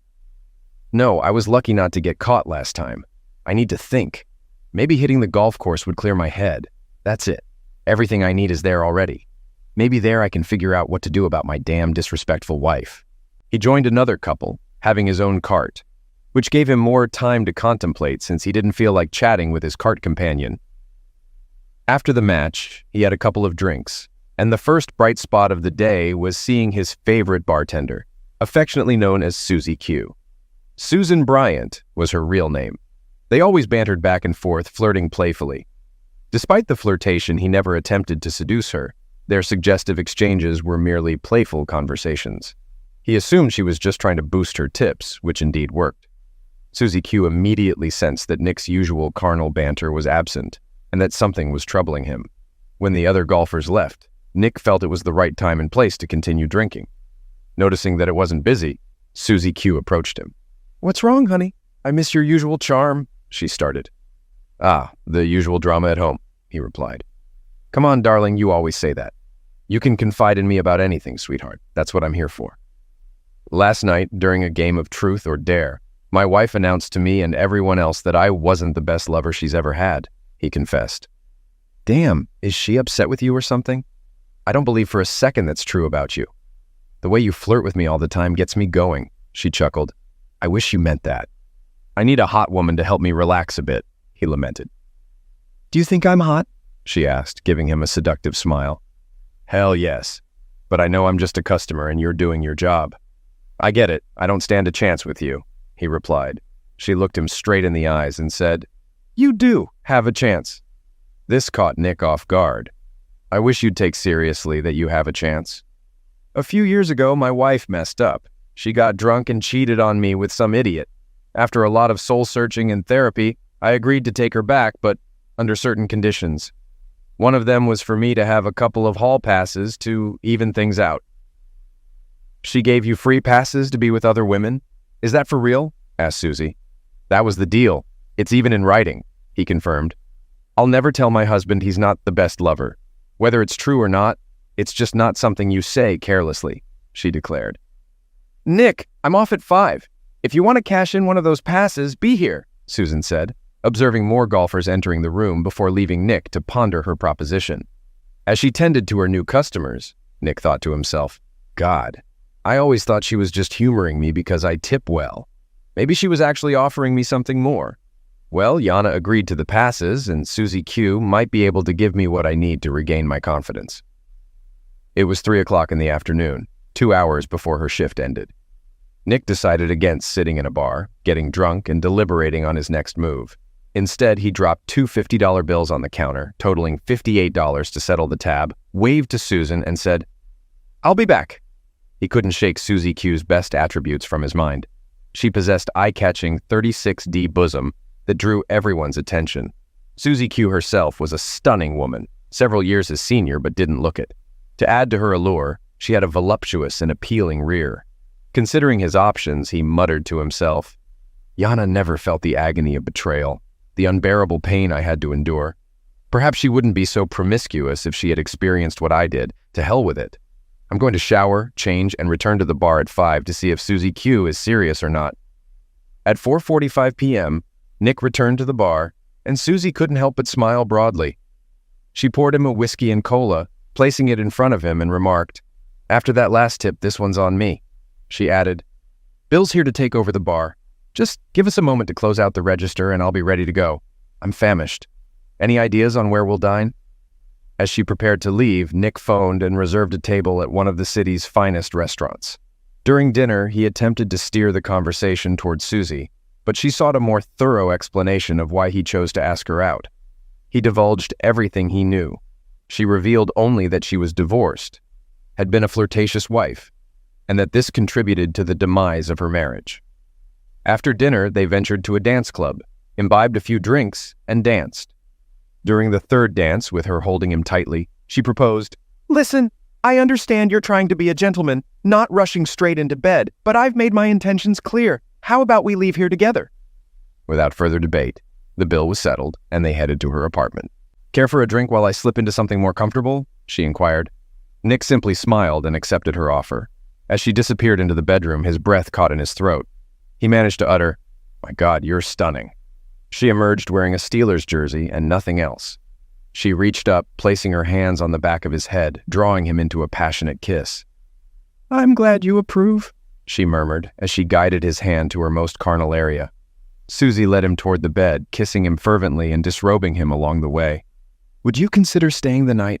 We'll need some extra time as I hope you'll explore every carnal possibility, she purred seductively, reclining on the bed. They passionately caressed and stimulated each other. He had never encountered a woman who derived such pleasure from pleasuring a man. They reached climax simultaneously. Did you enjoy yourself? She inquired. It was incredible. Truly amazing, he replied, struggling to find the right words to encapsulate the experience. I'm thrilled you had a good time, but the same rule applies to guys. He appeared embarrassed, so she added, Promise me never tell your woman she's not the best. Understanding dawned on him, and he chuckled. Got it. Lie down, I'll grab us some glasses. We'll regroup, then I'll sort you out again, she instructed. Her flawless bare backside swayed enticingly as she returned to the kitchen. Nick couldn't help but be mesmerized by her seductive movements. After allowing him time to recover, Susie began gently massaging his entire body. This round lasted a bit longer, which suited them both just fine. They reached their climax once more. "Did you ever imagine we'd end up here?" she inquired. "No, never."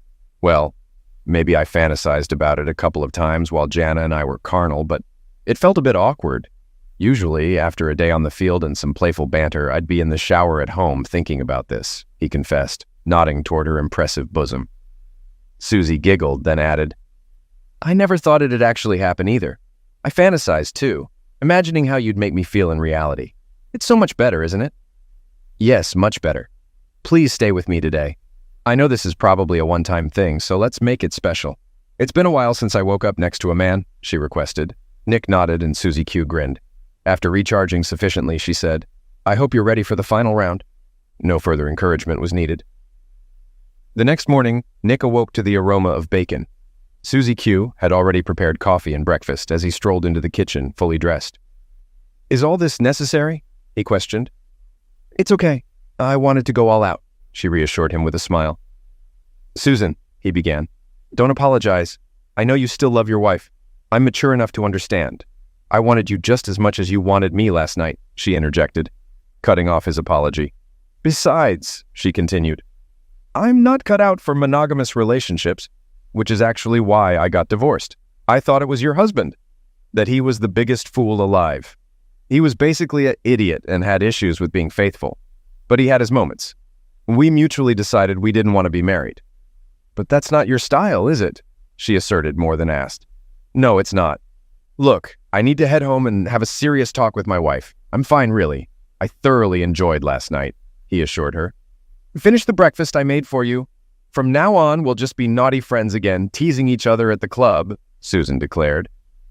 After finishing his meal, Nick stood up, pulled her close, and kissed her passionately, reigniting her arousal.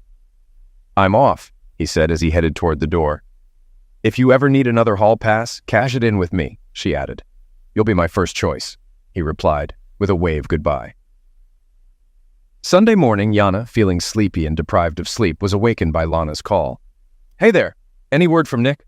"No, Jana, sorry. We haven't heard anything either. Steve's starting to ask questions. He thinks Nick's reaction was too intense for just some teasing." "You didn't mention it, did you? Please tell me you didn't," Jana pleaded. "No, I promised. Don't worry, I won't breathe a word. It's probably just a hangover. Try not to stress too much," Lana reassured her. "Easier said than done." "Did he pack clothes or a shaving kit?" "He grabbed some stuff, toothbrush, razor," Jana replied. "What about his suits? He usually wears them to work, right?" "I think they're all in the closet," Jana said. "He's got work tomorrow, right? He'll be back today, I'm sure. When he does, shower him with love," Lana advised. "But what if he doesn't return or says it's over?" Jana let her worst fears surface. "That doesn't make sense." "He's not going to end things now after forgiving you. He'll cool off and come home. You might have to swallow some pride, but do what it takes," Lana encouraged. "I just want him back so I can show him how much I love him. I think he's pulling in." "Gotta go," Jana said, ending the call. When Nick arrived, Jana was already seated at the kitchen table. "We need to talk," he said, causing Jana to gasp, half expecting him to end things. "You tore my heart out. All those awful images of you with that guy came flooding back. To hear I wasn't your best lover. It felt like your date was more than just a joke," he started. Jana seized the moment, repeating most of what she'd said in her Saturday morning message, hoping to sway him back home. "Baby, that's not what I meant. I was drunk, thought I was joking, playing a prank. I wasn't thinking about the past. I was just teasing, like any wife would. Nobody thought I was serious.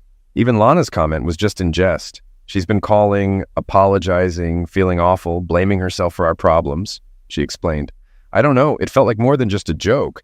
And I don't want Lana dragged into this. This is between us. Please tell me you didn't tell her anything else," Nick pressed, fearing Jana might spill the beans. "No, baby, I didn't. Just between us," she assured, adding another layer to the lie. "I swear, that's not what I meant. You're everything to me. Let me make it right," Jana pleaded. Okay, let's say I believe you. But there's something else. On Saturday, I went to the club. When those memories came back, I was furious. I started to resent you for what happened. Even after 5 years, it still hurts," Nick confessed, leaving Jana frozen, uncertain of what came next. "Afterward, I lingered at the bar, hoping to drown my sorrows. The guys I was with finished their drinks and left. Susie, the bartender, noticed my downcast mood. Since we'd always been friendly, she came over and asked what was wrong. I was already quite drunk, so I spilled about last night and how you didn't think I was the best. Susie offered if I wanted to cash in one of my passes, she'd be off at 5. I went back to the course, playing a few more holes, trying to figure out if I wanted to use her to get back at you. I was also considering a divorce. When Nick mentioned divorce, Yana took a deep breath. Not wanting to delay, he continued, I realized ending us wasn't exactly what I wanted, but I needed to alleviate the pain you caused. It may seem petty, but I wanted you to feel the same hurt. Just before the end of the workday, I returned to the bar. Susie understood without a word. Yana was speechless. The gravity of her husband's confession sank in, tears streaming down her cheeks as he went on. We quickly made plans for the evening, including dinner and dancing. Then I spent the night with her. Nick felt ashamed. The free pass he used wasn't free at all. He wanted Yana to suffer, and he succeeded. But the emotional toll on both of them was high. "Oh my God!" Yana exclaimed, rushing to the bedroom and locking the door. Nick believed trying to talk with her now would be fruitless, so he went to the utility room for his work clothes. After changing, he went outside, started the lawnmower, and began working on the lawn, wanting to prolong his time away. He also mowed their elderly neighbor's yard, a task he often did. While washing his truck, he noticed her car was gone. He figured she must have left while he was mowing the neighbor's grass. Soon after, Yana returned, parked the car, and emerged with a small bag. Spotting her husband, she didn't approach him, but headed inside instead. He assumed she might have dashed off to the store after completing her tasks. It was 5 in the evening, and Nick finally conceded that he had run out of excuses to delay going back inside. Yana was in the kitchen, seemingly preparing dinner, her eyes betraying hours of tears. "Did you go to the store? I saw you with the bag," Nick inquired. "No, just some things from the pharmacy that I left in the car yesterday while I was out searching for you."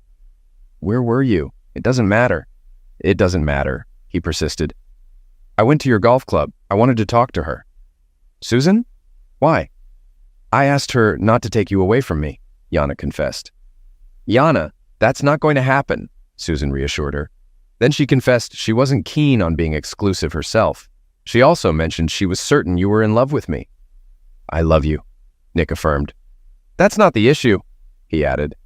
She also asked if I truly said you weren't my best ever in front of our friends. When I nodded, she questioned whether I was in my right mind to say something like that or just being foolish. I told her I meant it as a joke. She said there's nothing funny about that, especially in front of friends. Damn! Are you ready for her advice? When I said yes, she shared a couple of insights. "What were they?" Nick inquired. "I can't disclose it. It's a secret pact among women," Yana replied, a smile finally breaking across her face. After the truth or dare fiasco, Susan shared that a woman should always uplift a man's ego, particularly in public. "Tell him and others, too, that he's the strongest, the most handsome, the smartest, and tops the list. The best lover in the world. Just like you love to hear that you're the smartest, most beautiful, hottest, most loving wife there is. It doesn't have to be entirely true.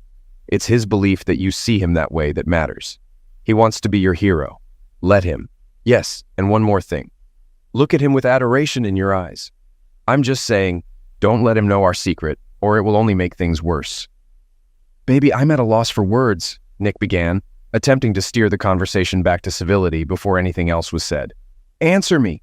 Do you still want to stay married? I love you, and I'm certain I want us to remain together. But Friday shattered me nearly as much as it did 5 years ago. My ego needed a boost, and fueled by drinks on Saturday, my wounded pride led me to exploit the promise you made when we agreed to stay married. I understand what I promised. 5 years have gone by, and I thought we no longer needed to settle the score. Baby, He started, but Yana cut in. "No, don't apologize. I made this agreement. I just didn't anticipate how much it would hurt if you chose to act on it. Nikki, I'm so sorry for causing you this unbearable, enduring pain. I feel awful imagining you in her bed, doing to her what should only be done with me. This mess we're in is my fault. I have to own up to it. I'll accept the consequences of my mistake. I just want to remain your wife." Instead of a verbal response, Nick opened his arms and Yana rushed into them, embracing him desperately. "Nikki, are we okay now?" "I agreed to a few hall passes, but I don't think I can handle it. If you're going to continue with this bartender, only you know the answer for sure. Since I never asked for details about when it happened, I was too devastated to ask at the time. Even during our counseling sessions, I didn't inquire if there was more. I suppose I didn't want to know if it was worse than what I already knew, the thing I was going to divorce you over. I wanted your actions to be a forgivable mistake. Was there more to it than I already know? Yana gasped, struggling to maintain composure and avoid breaking down. She mentally weighed each possible answer and its potential consequences. What? Is there more? What haven't you told me? Nick asked, his tone irritated yet tinged with fear. The moment of truth has arrived. Yana confessed to her drinks-induced, lust-driven bacchanalia, which provided her with the most fulfilling carnal experience of her life, that she cheated with 2 men, not just one. She was certain that revealing this fact would likely lead to losing her husband, or she must summon every ounce of strength, look him squarely in the eye, and lie convincingly. Yana had been pondering how to answer this direct question for 5 years. She reasoned that disclosing everything would inflict even greater pain on Nick, and likely end their marriage. Neither option was acceptable to her. She concluded that this would be her burden to bear, a sacrifice she must make to salvage her marriage and shield it from unnecessary agony. Though initially taken aback, her response came promptly and didn't seem fabricated. He had no clue she'd been preparing for this moment for so long.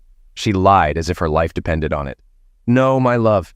I gave that idiot access to my body once. Let's call it even. We both need to let this go or it will destroy our marriage. If you can truly forgive me and let go of my past mistake, I won't breathe a word about your encounter with Susan. I need this to be over. Do we understand each other?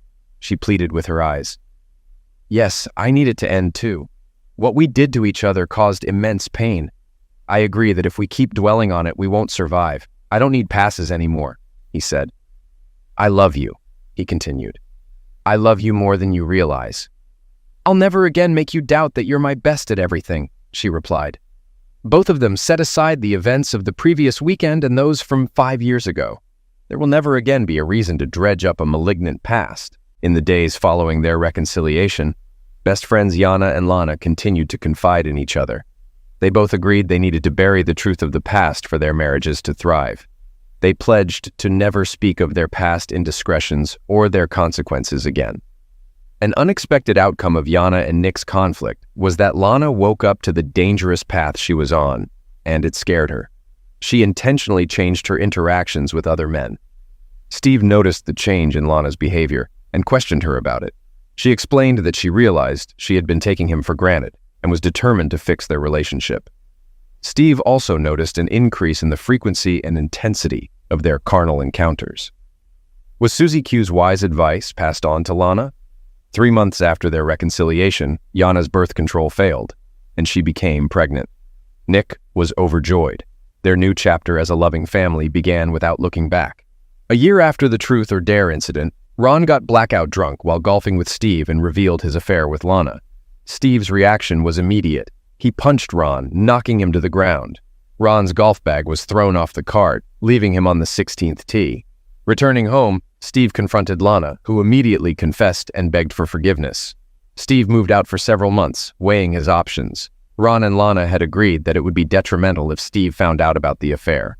Ron accepted a settlement from Steve, regretting his actions. Lana's ordeal scared Yana, but Lana managed to survive the divorce and start anew as a single mother. Years later, Lana met a man she had previously encountered at a work convention.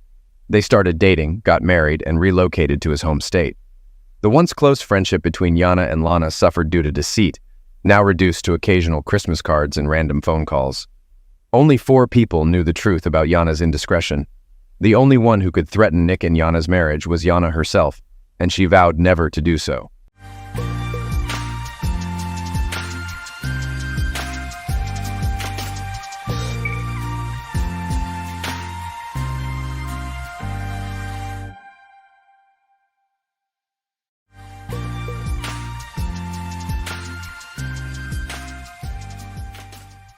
Dear Jeff, as I sit down to put my thoughts into words, I can't help but feel a mix of emotions swirling within me. Leaving you wasn't an easy decision, and I hope you understand that it's not about blame or resentment. It's about acknowledging the changes that have occurred within me, and recognizing that I owe it to both of us to address them honestly. Our journey together has been filled with moments of joy, laughter, and shared experiences that I will always treasure. From the early days of our relationship to building a life together, we've weathered storms and celebrated triumphs side by side.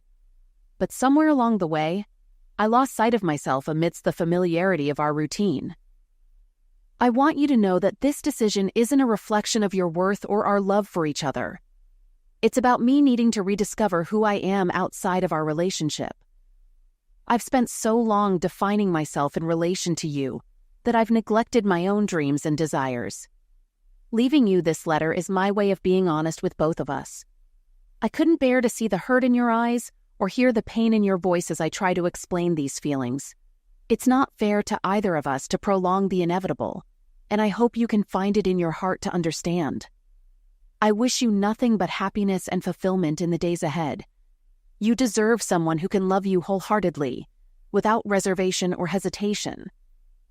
And I hope that someday we can look back on our time together with fondness, grateful for the lessons learned and the memories shared. Take care of yourself, Jeff. You'll always hold a special place in my heart. I realize that what I'm about to say might come across as hypocritical and selfish, but the truth is, it is selfish, and that's why I've made the decision to leave. I crave the excitement of pursuing someone new, the thrill of a fresh romance, and unfortunately, you can't provide that anymore. When we were younger, you were irresistible, playing guitar with Buddy in the band, riding your Harley in that hot leather jacket, your blonde hair flowing in the wind as you swept me off my feet on the dance floor, whether it was at a rock and roll club or in a ballroom. You created beautiful paintings of me and the kids. But over time, we became complacent in our relationship. The gigs with the band faded as you took on coaching soccer. The Harley now sits idle in the garage beneath the kids' sports gear in front of the minivan, and my knees can't keep up on the dance floor anymore. Though you still have that beautiful hair. Now that the kids are grown, I no longer feel comfortable with the minivan lifestyle that you seem to have embraced. I want to assure you that I haven't cheated on you, and you remain the only man I've ever been romantic with. However, I have found myself drawn to other men. Before I considered any further actions, I felt it was necessary to end things with you. I couldn't bear the idea of betraying your trust by sneaking around behind your back. Jeff, I've always loved you too much for that. I'm certain our paths will cross again, but I have no desire to discuss this matter with you. I've already spoken with Sam and asked him to handle our divorce proceedings. He's prepared the necessary paperwork, leaving you with everything except my clothing and personal belongings, which I've already taken. I've also agreed to split my pension with you and take on half of our debts, excluding the mortgage.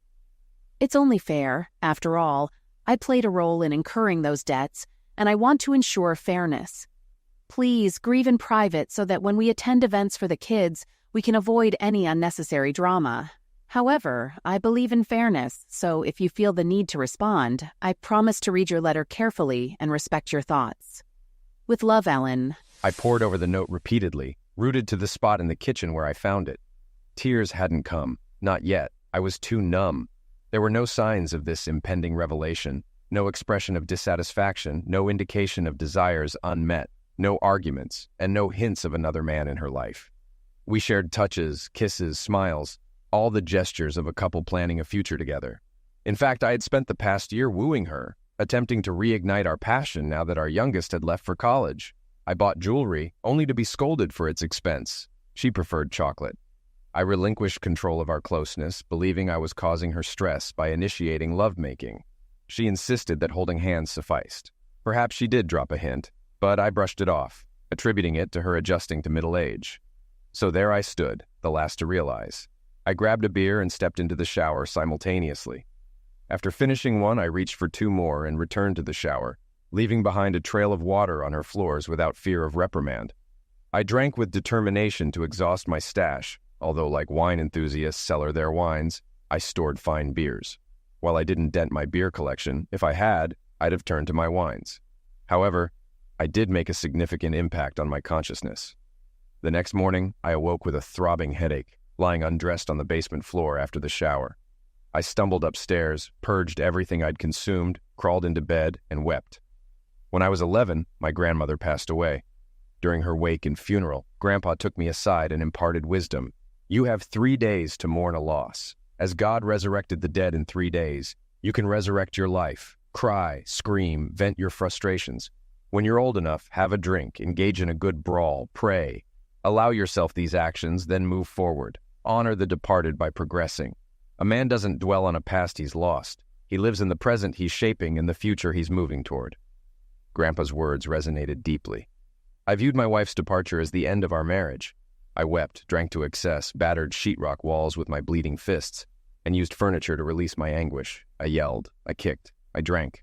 I scarcely ate, justifying that beer consists of grain, yeast, and water, akin to bread, and wine is derived from fruit. There, my food groups condensed into 2 bottles. I was on summer break when she chose to leave, waiting until the day after the school year ended. It was a well-timed decision. But by the following Tuesday, I emerged from my mourning. The first thing I did was call my kids. Ellen had already informed them of her choice, and they had desperately tried to reach me. I was too intoxicated to pick up, but I reassured them I was all right. Then I set about tidying up the house and arranged for my favorite charity to collect a truckload of donations. I had no intention of holding on to the remnants of a failed marriage. I kept only the family heirloom furniture, boxing up photos and albums for the kids. Everything else was treated the same way, with the ridiculous knickknacks meeting their end in the trash. What did I care about Spanish pottery or brass cats from Portugal? Over the next couple of days, I made trips to Home Depot, stocking up on flooring, carpet, paint, and new sheetrock. My aim was to transform the house into my own space. The pink and coral walls and frilly curtains were a thing of the past. I also visited Sam's and completed the divorce paperwork. Since it was uncontested with only one lawyer involved, he said it would likely be finalized around the time school resumed. I sold the minivan and traded it in for a '76 Triumph Spitfire convertible, just as I had always dreamed. It was British racing green with beige leather upholstery and chromed wire wheels. After clearing out the garage of unused clutter, unpacking the Harley was a breeze. Yet, the most significant decision I made was reaching out to Buddy. That call altered my life as swiftly as my wife's departure letter had just days before. Within half an hour of sharing my news with him, Buddy and the gang were at my doorstep. Buddy had been my closest friend since 3rd grade. We formed our band together, played sports together, took the same classes, and even double-dated. He had been my best man, and I was his. The collapse of my marriage was a profound blow to him, and he wouldn't allow me to navigate the upheaval of my domestic life alone. Our band had disbanded years ago due to life's demands, but our loyal supporters hadn't forgotten us. When I mention Buddy and the boys, it's more than just a handful of guys. We'd played at countless weddings, funerals, parties, and picnics, often offering our services at a discounted rate or for free because we cherished the community that followed us from gig to gig. Good deeds tend to breed more good deeds, and when news spread that I was overhauling my place to make it truly my own, the floodgates of generosity opened wide. Over the next fortnight, painters, carpenters, masons, plumbers, every imaginable tradesman pitched in to fix up much more than just my walls. Within a month, my house had undergone a complete transformation, both inside and out. There's something about a group of guys that attracts a crowd of girls. Their wives and girlfriends began dropping by Project Jeff's house to oversee the renovations, and soon they were bringing along their single friends for what we humorously dubbed Project Jeff's love life. No one was pushy in their matchmaking efforts. It was still too early for that.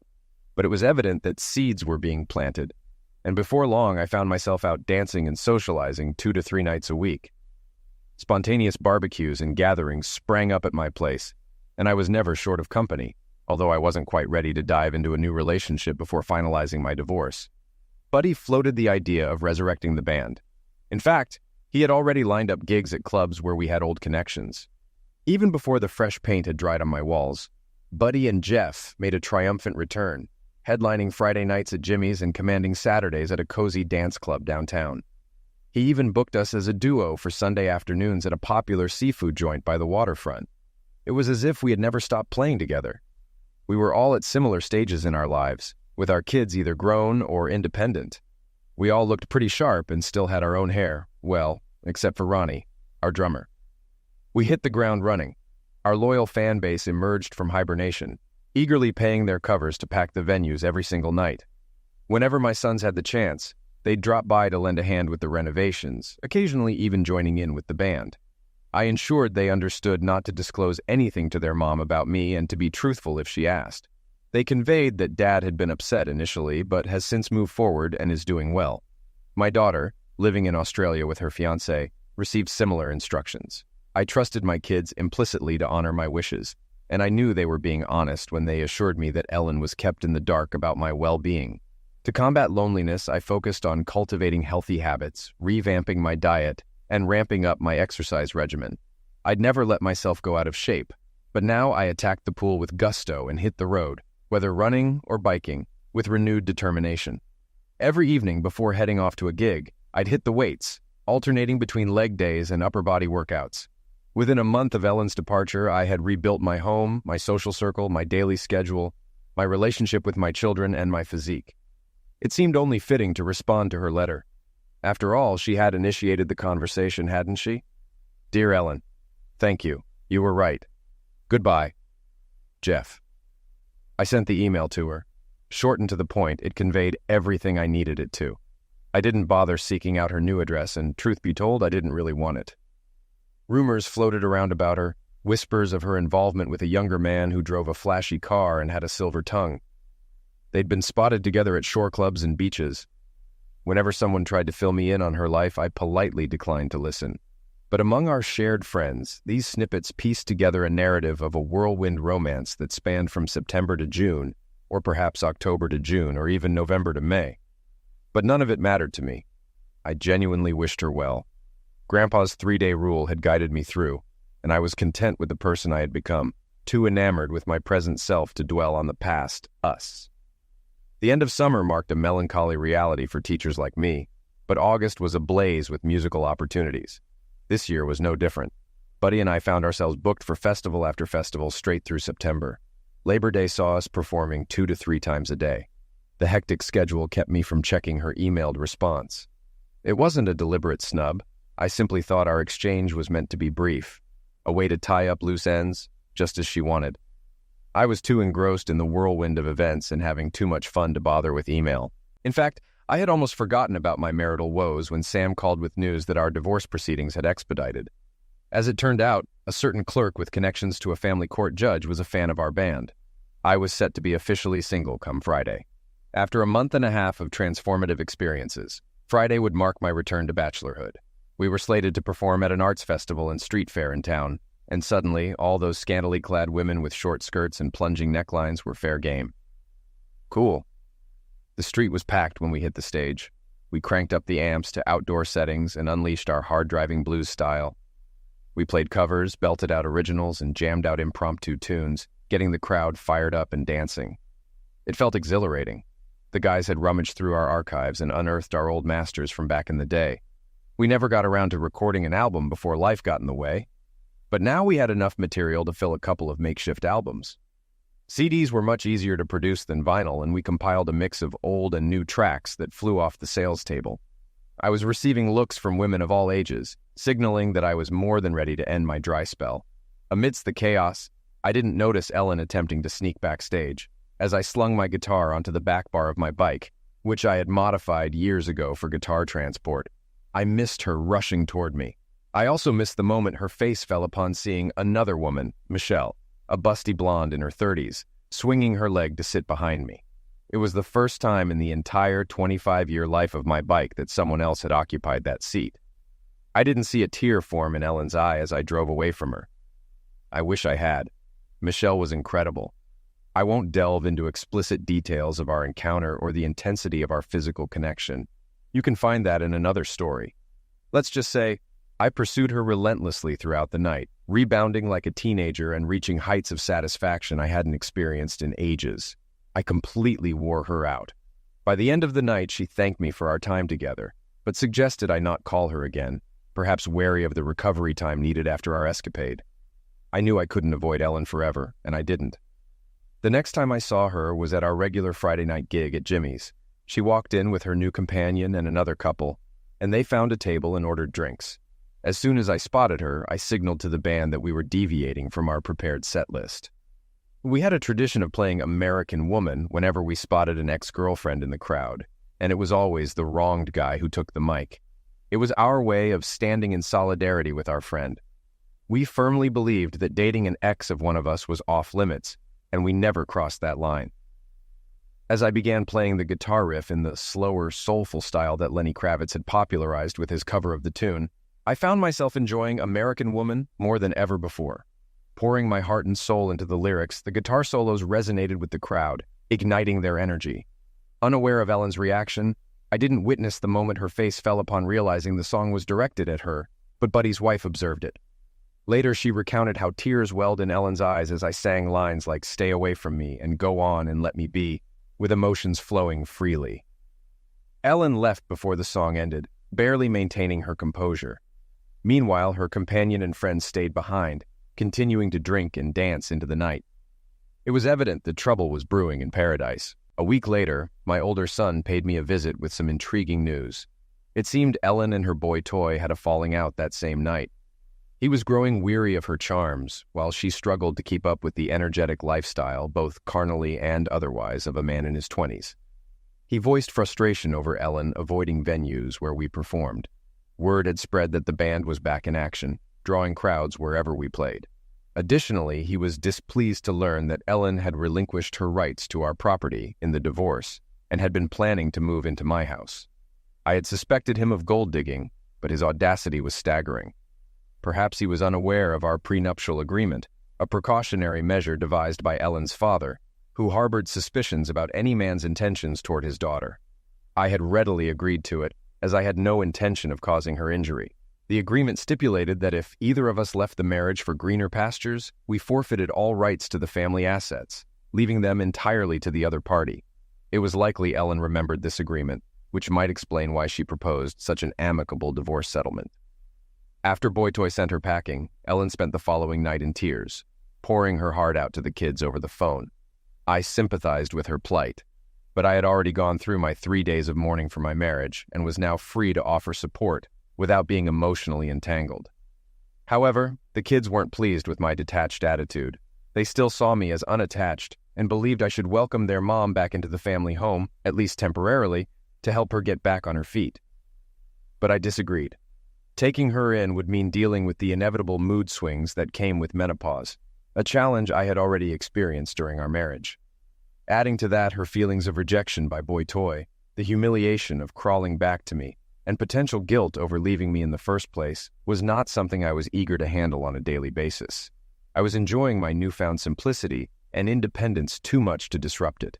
As days turned into weeks, the kids toned down their insistence to a more reasonable request for assistance, and I obliged by allowing them access to the storage unit I had rented for our furniture and belongings, which were too valuable to discard, until Ellen found a small apartment of her own. I even lent them the band's truck to help with the move. With the new school year in full swing and a busy schedule for the band, I rarely crossed paths with Ellen. Although we both taught in the same district, we worked in different school buildings, so our encounters were infrequent, and when they did happen, I barely took notice of her. I had become a popular topic of discussion in the rumor mill, perhaps due to the frequent appearances of my Harley or sports car, or maybe it was my increased activity level spilling over into school life, or simply my newfound status as an eligible bachelor. But rumors held little significance for me. The band was thriving. My barbecue parties were legendary for their good times, and I never lacked female companionship. Content as could be, I found myself not missing married life in the slightest. Flying to France for Thanksgiving was a long-held dream of mine, coinciding with the release of Beaujolais Nouveau, and this year, Thanksgiving fell early enough for the calendar to align perfectly. As I packed my bags, I was taken aback when my son called the night before I left, inviting me to a Thanksgiving dinner at Ellen's. He seemed genuinely upset when I explained I already had plans, but he quickly pivoted to suggesting that we host a family Christmas instead. He and his girlfriend offered to handle the cooking, with the condition that I provide the venue. He mentioned that all 3 kids would be coming into town and expressed their desire for a special day to reminisce. I agreed to the Christmas gathering on the condition that Ellen understood she wasn't welcome to bring a date and that I would dedicate my attention to the kids. I was surprised to learn from my son that Ellen wasn't dating at all and was actually quite lonely. Despite this revelation, I didn't delve further into her love life. My primary concern was ensuring a harmonious family gathering, without any awkwardness caused by a new romantic interest. I extended the invitation for them to stay at my home for as long as they wished, preferring that all the kids stay together rather than in a hotel. However, my son expressed concern that Ellen might feel uncomfortable leaving while everyone else stayed on. After mulling over his words, I realized that this reunion would be the first time our family could all be together since the kids moved out. I acknowledged that Ellen belonged there too. So, invite her to stay as well, I told my son. But she'll have to accept sleeping in the guest room, as I don't think it would be wise for her to stay in her old room. If you bring guests, they'll need to share your room or find accommodations elsewhere. Thanks, Dad. This means a lot to all of us, my son replied gratefully. Christmas that year fell on a Saturday, and the festivities began on Thursday night as everyone arrived. My daughter and her fiancé flew in from Australia, while my son and his girlfriend drove in from Boston, picking up my youngest, who was in college there. Ellen arrived about 10 minutes before them, and I observed her sitting in her car, seemingly nervous. Witnessing them all gather in the front yard, hugging and kissing, I couldn't help but feel a twinge of sentimentality for the first time since emerging from my 3 days of mourning. As the 6 of them entered through the front door, they were met with a warm and welcoming atmosphere. It occurred to me that neither my daughter nor my ex-wife had set foot in the house since I remodeled it, so there was an element of surprise in their homecoming. Yet, I had adorned the house with Christmas decorations, much in the same fashion as we had done for years. Candles, nutcrackers, and centerpieces adorned the space, albeit now on my new furniture. The Christmas tree, adorned with old ornaments collected from vacations and handmade ones from the kids' art classes, stood proudly in its customary place.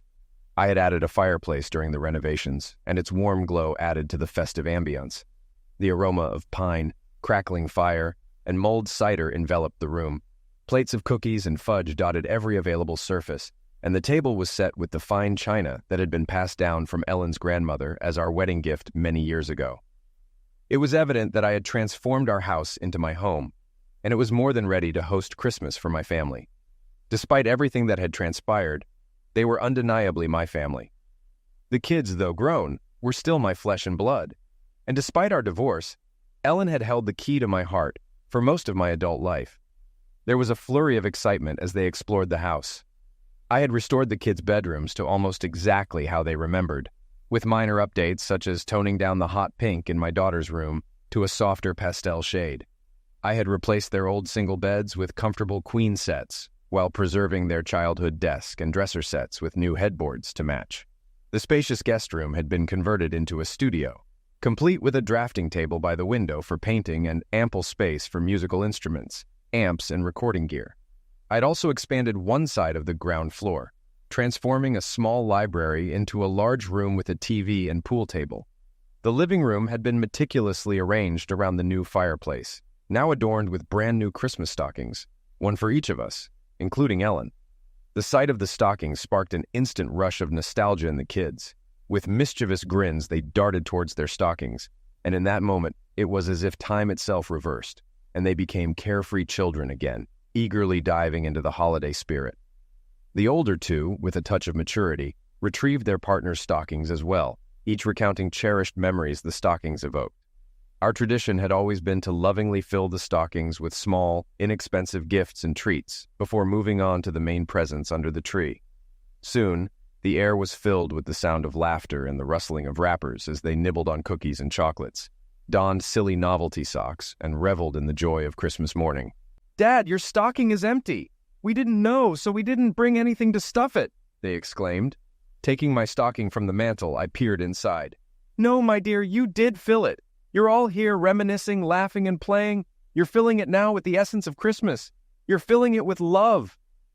With hugs and kisses exchanged, we wished each other Merry Christmas. Ellen lingered in our embrace a bit longer than expected, but it felt natural, and for a moment it was as if we were still one big happy family. As the kids realized there were probably presents under the tree, the excitement of childhood Christmases flooded back. Gifts were exchanged, the feast was enjoyed, and after the dishes were cleared, the guitars came out for our customary Christmas jam session. As the night grew late, we began to retire to our respective sleeping quarters. Ellen moved towards the hall closet to retrieve her coat. Thank you for being so kind to me today. I really appreciate spending Christmas Day with you and the kids. I know I have myself to blame, but of all the things I gave up, I miss the family time the most. Well, the kids are all grown and on their own now. This gathering would be just as rare even if we were still together, I responded, acknowledging the bittersweet reality of our situation. I understand, but I also miss the quality time we used to share as just the two of us. You know, the time when it was just us as a couple. I suppose I'm finally apologizing to you. I really messed up what could have been a great life for both of us. Don't be so hard on yourself. We always encouraged our kids to pursue their dreams, to find happiness. And you did just that. We still have fulfilling lives. They're just different now. She gave me a disbelieving look. So you're telling me you don't value what we had? After today, you don't feel any nostalgia? Regret for what we've lost? Ellen, we had today, and it was wonderful. What exactly do you think we've lost? We lost each other. I lost you. And I'll never forgive myself for it. And it seems like you couldn't care less. Tears streamed down her face. I wrapped my arm around her, and she broke down completely. I had already shed my tears when she first arrived, but I felt a pang of sadness seeing her like this on Christmas Day. Once she calmed down, I reminded her of our college days when she had ended things with me. She had been worried that things were getting too serious too quickly, and needed time to decide if she truly wanted a lifelong commitment to one person. I recounted how hurt I had been when she left, but that I couldn't bear to be with someone who wasn't fully committed to me. I explained how I had given myself a mourning period after our marriage ended and had emerged ready to embrace life again. Today, she was a beautiful part of my life, and for that, I was grateful. I remained composed, which helped calm her tears. I asked her to spend the night, set up the studio bed, and provided her with one of my t-shirts and a robe. Returning upstairs after securing the house, I heard her crying, doubting she would sleep. Nonetheless, I slept soundly. The following day felt like an extension of Christmas, and Ellen was delighted when we urged her to stay the entire weekend. We avoided discussing our past while the kids were around, but I noticed familiar expressions from our marriage in Ellen's eyes. There were the "I love you so much" and "you're wonderful" smiles. I even responded to a few silent requests for hugs and kisses. We seemed to understand each other as we did when we were married. At meals, she poured her coffee and I added just the right amount of milk. I buttered my pancakes and she applied the perfect amount of maple syrup. We completed each other's sentences. However, we slept in separate rooms. After the children departed together, leaving my daughter to visit Boston with the boys and then head to Vermont for skiing, Ellen and I were alone in our jointly owned home. I tended to the fire while she opened a bottle of wine. We sat and conversed, reminiscing, joking, and eventually delving into serious matters. I acted foolishly, wrongly, and cruelly. I understand I can never fully make amends, and I don't expect your forgiveness, but I do want to apologize. I hope we can at least be friends again. You weren't just my husband. You were my best friend, my confidant, my most trusted ally, my partner in mischief, and I miss every part of you dearly. I smiled at her, and the floodgates opened. Ellen spoke eloquently, recounting how she fell into boredom, realizing now that she had pushed me away to create the passionless void we both endured. She described the excitement of meeting a flattering younger man and the temptation of a clandestine affair. She admitted to demonizing me to justify her actions, portraying me as the villain when she was the one behaving monstrously. Her narrative oscillated between the thrill of betrayal and anger that I didn't fight for her, that I seemed indifferent and allowed her to slip away. She confessed to feeling jealous of my life when I bounced back and resumed the lifestyle I enjoyed before we met, especially when she saw another woman riding on the back of my Harley. Her jealousy turned to rage as she witnessed me with different women, each offering something she perceived as superior to what she had given me. Her emotional state plummeted after the divorce was finalized, discovering that her younger lover had a pattern of dating married women until they were single, then discarding them. It seemed he enjoyed spending their husband's money ever since his father, a traditionalist who strongly disapproved of his son's affair-breaking habits, disowned him and cut him off from his trust funds. She struggled to find another prospect after the breakup. It appeared that the eligible men her age were either already taken or unwilling to commit to a woman who had cheated on her loyal first husband. While there were plenty of men willing to buy her drinks, dance with her, or spend the night, there were no lasting options. Younger men were content to date her. After all, she maintained her attractiveness and allure when she chose to engage. However, they weren't interested in a long-term relationship with someone going through menopause. Starting a family under those circumstances posed a challenge. I listened to her vent until she ran out of steam. I poured us both another glass of wine and handed hers to her with a smile. Well, From what you've told me, I suppose you made some pretty foolish choices. But you don't owe me anything. As I mentioned before, you pursued your desires, and I loved you enough to let you go." I wished I could have captured her expression at that moment. It was clear she hadn't anticipated my response being tied to my love for her. "I forgave you almost immediately. How could I hold you in a marriage when you wanted out? I couldn't keep you confined or restricted. If I had forbidden something, you would have simply hidden it from me and proceeded anyway. Though your note may have seemed harsh initially, looking back, it streamlined things for us. We avoided property disputes and didn't have to worry about custody since our children were grown. I should thank you for that. So I'm no longer your husband, and it may take some time before you consider me a best friend or advisor. Trust is certainly an issue for me, but if you're willing to trust my advice, that label is yours to decide. Partners in crime might be a bit too romantic for where we are now, but how about we just call ourselves friends?" Tears welled up in her eyes as she melted into my embrace. She decided to stay another night. But no, let's not go there. We slept separately. We simply had a lot to catch up on. It seemed we were comfortable sharing the parenting role again. The following day, she went home to prepare for a New Year's trip to join the kids in Boston. I had gigs lined up all week. It's a highly lucrative time for musicians. The added benefit was that my focus was on my music, and Ellen hardly crossed my mind. With the start of the new school term after New Year's, my schedule left little room to see Ellen. Our paths crossed next at an in-service conference in April. We ended up sitting beside each other and found ourselves sharing a table for lunch. We had a delightful conversation, centered around my daughter's upcoming marriage in Australia. It seemed we were reverting to our roles as friends.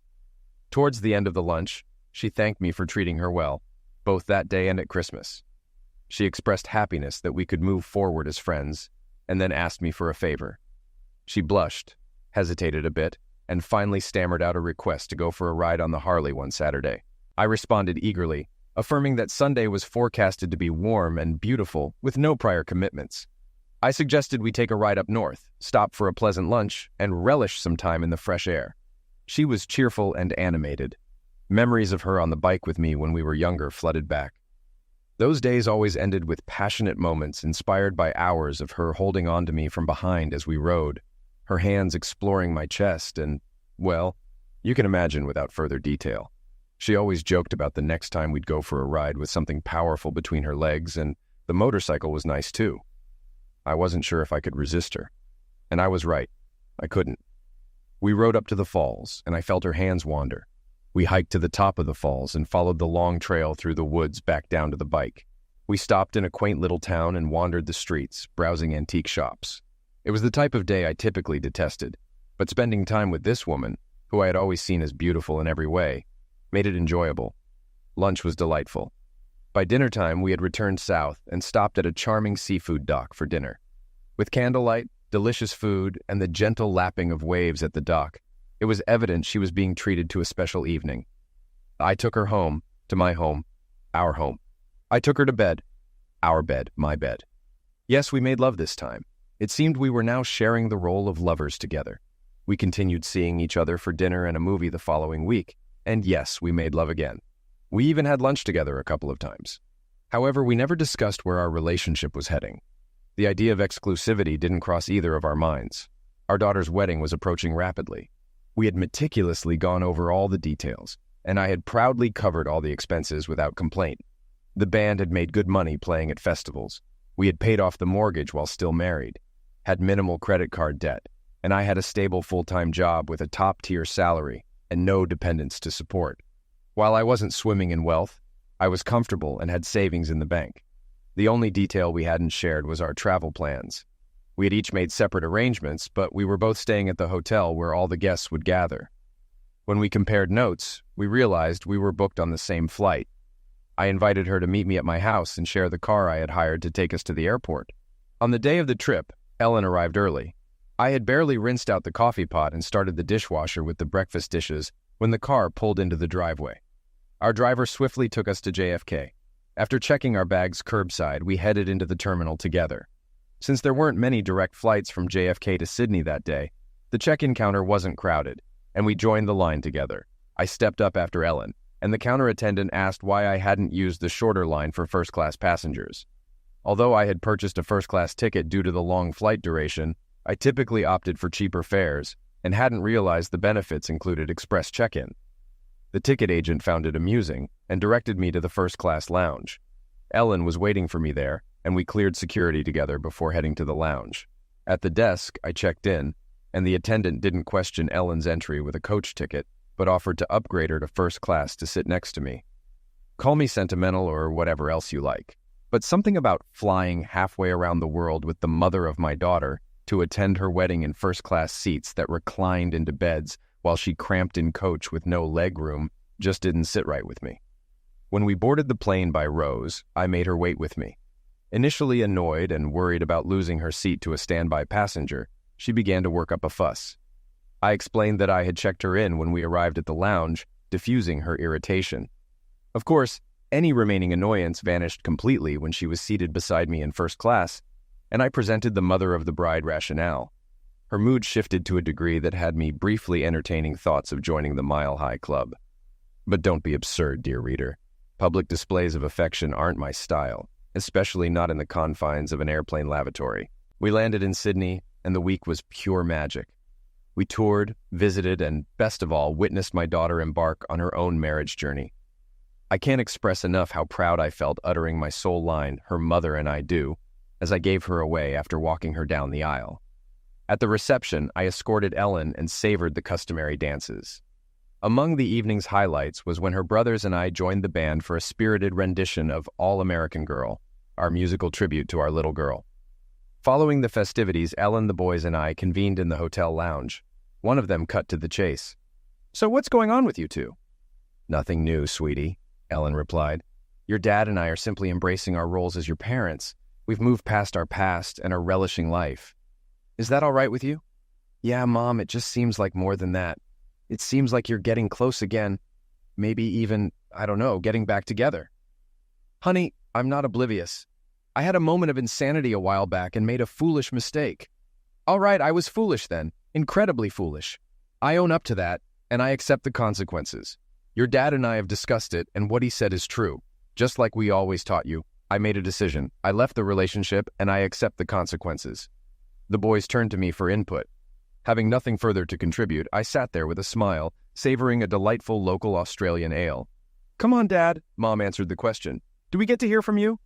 "Boys, you should be grateful we didn't spend the week here hurling hurtful remarks at each other.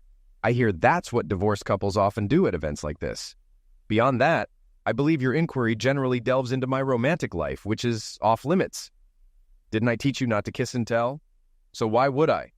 But Dad, you love Mom. It's obvious to all of us. And we're both old enough to understand when a girl says she wants to be just friends. So without giving me nightmares and unpleasant mental images of your love life, just tell us, are you and Mom more than just friends? Son, given our history, if we're friendly, it will always surpass mere friendship. She's the love of my life, the mother of my children, and the greatest friend I've ever had. It's one of those things humans can't simply switch on or off. Beyond that, I can't provide an answer, because that part of our life story has yet to be written. We chatted a bit longer before retiring to our respective rooms. Just as I had slipped into my pajamas, there was a knock on the door. It was Ellen. I welcomed her in, and we climbed into bed. She expressed gratitude for the first-class upgrade, and before I could catch my breath, she began thanking me for the wonderful week we'd had. She thanked me for approaching my daughter's wedding as a team, and for what I had told the boys in the lounge. Exhausted from the onslaught of gratitude, I could barely keep up. She stayed for breakfast, which I ordered from room service. The journey home felt like a dream. Upon arriving at my house before she left, Ellen gave me a deep kiss. "I want you to know that I'm here for you, whatever you want, whenever you want." Somewhere along the line, I forgot why I loved you. Somewhere in the routine of being an adult, I forgot how much I loved you. Leaving you was the biggest mistake I could have made. I threw away the most precious thing I could ever have. Hurting you will always be the biggest regret of my life, and I wish I could turn back the clock. Whatever you need, whenever you need it, just let me know. Need a tennis partner? Call me. Need a roadie? Groupie? Backup singer? I'm your girl. Need a lover? I'm your woman. Whether it's having lovemaking, abusing me, or making love to me, I'm there. Need a meal cooked? I'll do it. I'll clean, fold your laundry, do the dishes and windows. I'll never ask or expect exclusivity. I know I gave that up. But if you ever ask, the answer is yes. Friend, girlfriend, mistress, lover, wife, just ask. Thank you for being you. You're wonderful, and if you ever decide to settle down with someone else, count on me to let her know what she has, and that she better make you happy, or I'll be waiting. That's really sweet of you, Ellen. I've been so happy that we've been able to reconnect. I'm just not sure I'm comfortable putting labels on us. I don't know where we're headed. I'm just glad we're on this journey together, at least part of the time. I've spent my whole life living with women and usually doing their bidding. First my mom and sister, then right after college, marrying you. I kind of enjoy living in a home where I determine the colors and clutter levels. I like cooking my own food the way I like it, and having the fridge stocked with my favorites. I love playing in the band, and I have to admit, having an open lovemaking life has been good for me. I don't plan on changing that anytime soon. Do you remember the note I wrote in response to your letter? Yes, you said I was right, thanked me, and said goodbye. You didn't even sign it love. I meant every word in that note. You were right. We were stagnant and needed a change. The thank you and goodbye were sincere. Anything about love would have felt insincere and out of place. Anything else I could have said would have either been spiteful or made me seem like a pathetic beggar. I'm not good at that. So I wrote what needed to be said and left it at that. What needs to be written now, Tom? Not a thing. I've shown you everything you need to know. Yes, you have. You've shown me that you care. You've shown me you still find me attractive and hot even. You've shown me you want me. You stand by me where the children are concerned. You've shown you love me more than a casual lover, enough even to share dinner and breakfast. You enjoy my company enough to date me. You respect me and our history enough to upgrade me to first class, pay for our daughter's wedding completely without asking a cent from me, and to declare to our sons that I'm the love of our life. The only thing that seems to be missing is a more full-time role, being your wife. I want you to know I understand that and will never press you on that topic. I know I gave that right away, but understand that if you ever choose to ask, the answer is yes in advance, and I'll be praying every day of my life for the chance to say it. With that, she kissed me goodnight. Sure, I considered what she said. But come on, let's be realistic. I may be whipped, but why settle for just one? I had everything I could want. My own home, grown children, financial security, an ex-wife dedicated to winning me back who admitted she'd do anything anytime, a fit body with all my hair, a successful band and a Harley, and a steady stream of women vying to ride on the back of my bike and join me for after-parties. Sure, I loved Ellen enough, and there was that idea of having someone to share my golden years with. But really, maybe I'd change my mind when we hit 60, but not now. I didn't pen a Dear Jeff letter, so I didn't feel accountable for any consequences. I'd forgiven her, made amends, and my life was in order. So I dialed the number of that busty blonde who hopped on my Harley after the street festival and became my first post-divorce fling. She giggled when I asked if she was serious about never hearing from me again. Assuring me she was okay and up for a rendezvous, she invited me over. Even as I revved up the Harley to head to her place, I knew someday I'd propose to Ellen again, but that day wasn't today.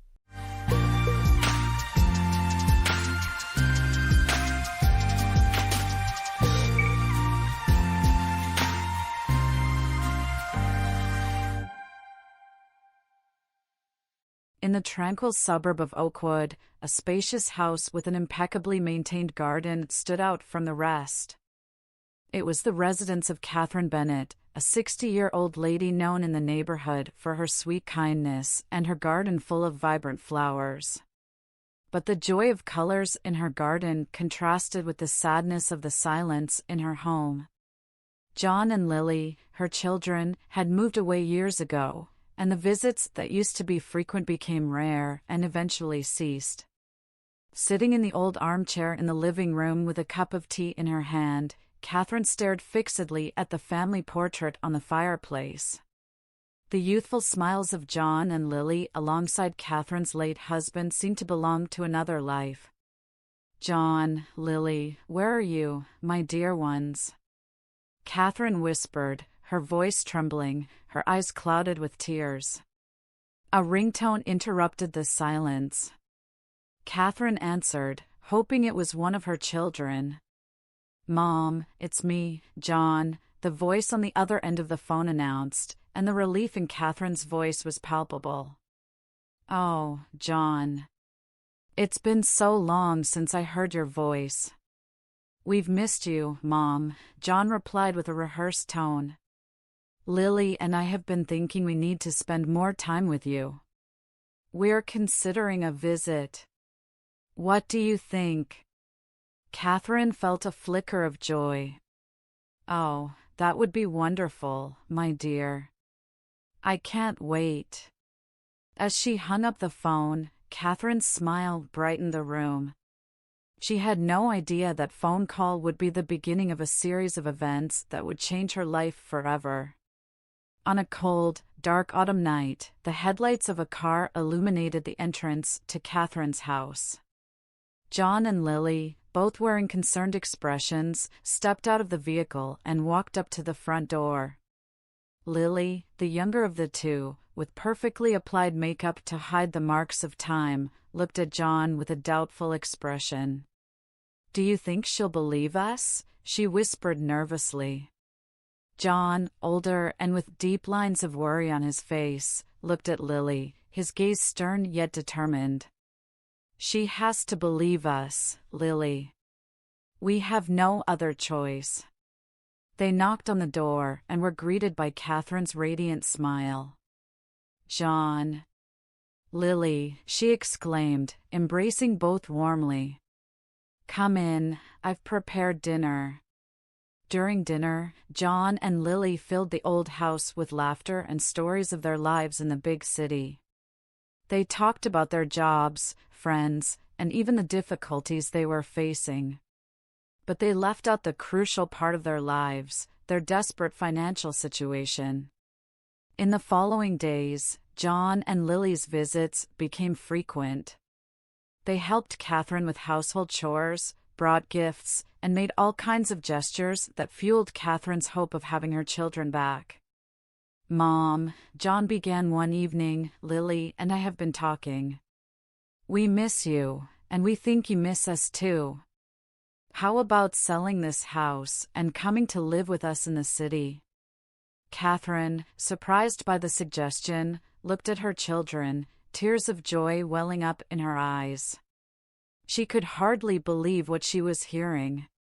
The possibility of living with her children again was all she wanted.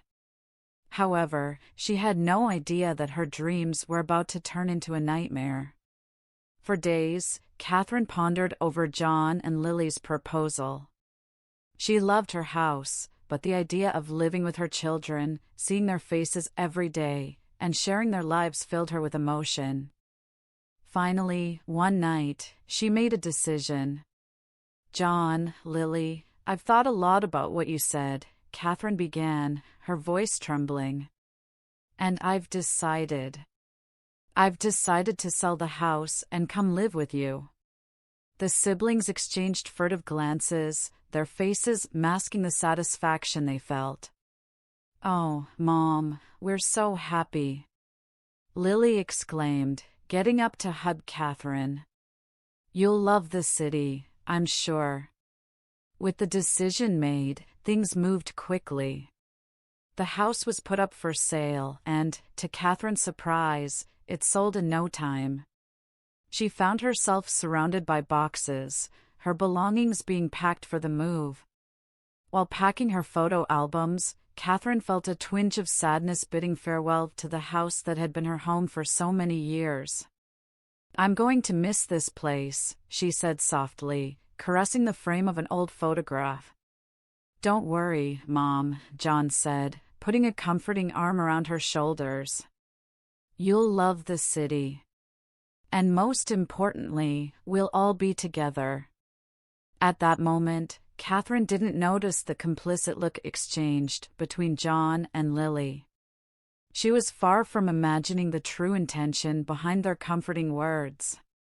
The big move finally happened. Catherine, with a mix of excitement and nervousness, said goodbye to her house and the neighborhood she loved so much. John and Lily welcomed her into their car and took her to the big city. "Hey, Mom, you'll love the view from our apartment," Lily said, trying to lighten the heavy atmosphere. "And the parks, the shops, everything will be new and exciting." Upon arrival at their destination, Catherine was met not with a cozy apartment, but with the entrance of a large nursing home for the elderly, the walls painted in pastel colors, the gardens well-maintained. "John, Lily, there must be some mistake," Catherine said, confused. "This is a nursing home." "Mom, we're so sorry for not being honest from the beginning," John began, his voice trembling, avoiding her gaze. "We can't support another person in our apartment anymore.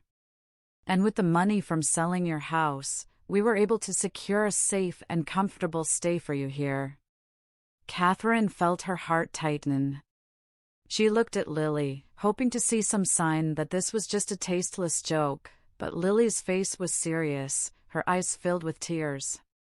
"Mom, we're so sorry," Lily said, tears streaming down her face.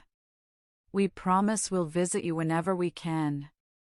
And so Catherine found herself alone, abandoned at the entrance of the nursing home. She felt a deep sadness, a sense of betrayal that left her bewildered. With tears streaming down her face, she entered the new place that would be her home, unaware that this sad twist in her life was about to give way to surprising new beginnings. Life in a nursing home was a big change for Catherine. She missed the freedom of her own house, the familiarity of her garden, and above all, the hope of being with her children again. But she was a woman of strong spirit and decided to face the situation head-on. One afternoon, while sitting in the nursing home garden, Catherine saw an old house for sale across the street. Something about that house caught her attention. It seemed lonely, just like her. Remembering her hidden savings, Catherine decided to buy the house. When she shared the news with her children, they laughed, doubting Catherine's ability to take care of an old and unused house. But Catherine was determined. "I am stronger than you think," Catherine said, looking into John and Lily's eyes. "And this will be my home." On moving day, Catherine found herself once again surrounded by boxes, but this time there was a sense of anticipation and hope. Shortly after moving in, Catherine met her neighbors, a young couple with 4-year-old twins. Camilla and Martin were kind and offered help with the necessary repairs in the house. "Ms. Catherine, this house needs a little touch of love," Martin said, looking at the weathered house. "And I think we can help you with that."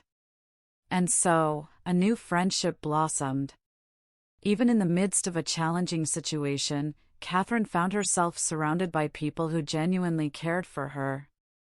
It was a twist she didn't expect, but deeply appreciated. The following months were a whirlwind of activity.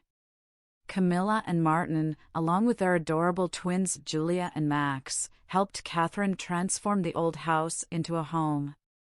They painted walls, repaired the roof, and tidied up the garden. Catherine, despite her age, was determined to assist in every way she could. "Mrs. Catherine, you need to rest," Camilla scolded as Catherine insisted on helping plant flowers in the garden. "My dear, I've never felt so alive," Catherine replied, her face radiating joy. The old house began to come back to life. The walls received new colors, the garden blossomed, and the house, once so lonely, was now filled with laughter and conversation. John and Lily, observing from a distance, couldn't believe the transformation. They never expected Catherine to be capable of such a feat. Their surprise, however, turned into anger and resentment. They felt deceived, believing that Catherine had hidden money from them. "Mom, you really surprised us," John said during a visit, his voice filled with false joy. "Yes, Mom, you really showed us how independent you are," Lily added, her smile not reaching her eyes. But Catherine, happy in her new life and oblivious to her children's feelings, just smiled and thanked them, unaware of the storm brewing. Life in the old house was just beginning, and with it, new surprises were waiting. With the house finally in order, Catherine began exploring every corner, every room, getting to know all the secrets of the place. One afternoon, while descending the creaky stairs to the basement, Catherine noticed something peculiar. The basement was damp and dark, filled with old boxes and dusty furniture. In one corner, there was a large, old, locked chest. Catherine's curiosity was immediately piqued. Camilla, noticing Catherine's excitement, suggested, "Maybe Martin can open the chest for you, Mrs. Catherine." With Martin's help, the chest was opened, revealing a stunning collection of jewels and gold, each piece more dazzling than the last. Catherine was shocked, hardly able to believe the fortune. She had discovered treasure in her own house. "It's incredible, Mrs. Catherine," Martin exclaimed, his eyes wide with astonishment. "You are a lucky woman." Catherine, however, was stunned. She decided to keep the discovery a secret, sharing it only with her lawyer, who advised her to keep the valuables safe until she decided what to do with them. Throughout the days, Catherine pondered her basement discovery. The wealth she had found would change anyone's life, but for Catherine, the real value lay in the friendship she had found with Camilla, Martin, and their twins. No amount of money could buy what they had shared. With this realization, Catherine began to consider a plan, one that would turn the lives of everyone around her upside down. Years passed, and Catherine became an integral part of Camilla and Martin's family. The twins, Julia and Max, regarded Catherine as a grandmother, running to her with school stories and seeking advice. Catherine, in turn, delighted in their presence, her smile always brighter when she was with them. But the passage of time also brought challenges. Catherine's health began to decline, and old age proved to be a formidable opponent. Nevertheless, she refused to be defeated, always finding joy in the little things. "Catherine, you need to take care of yourself," Camilla would warn, concerned for her friend. "And I am, dear, I am," Catherine would respond with a smile. "I am surrounded by people I love, and that's all that matters." Life continued, filled with laughter and memories. The family Catherine found in Camilla, Martin, and their children was a gift she never expected but was infinitely grateful for. Meanwhile, John and Lily remained obsessed with their mother's wealth, convinced that she was hiding a fortune. They made plans to ensure that this wealth would end up in their hands, unaware of the treasure Catherine had discovered in the basement. Then, on a cold winter night, Catherine, sitting in her favorite armchair gazing at the flickering fireplace, made a decision. She called her lawyer and began planning her will. The choices she made that night would be the final and most surprising chapter of her life. Catherine's health continued to deteriorate over the months. Although sadness hung over the house, Catherine insisted on maintaining her smile, cheering up Julia and Max with her stories and assuring Camilla and Martin that she was okay. "You are the family I've chosen," she would say, holding their hands, "and I couldn't be more grateful."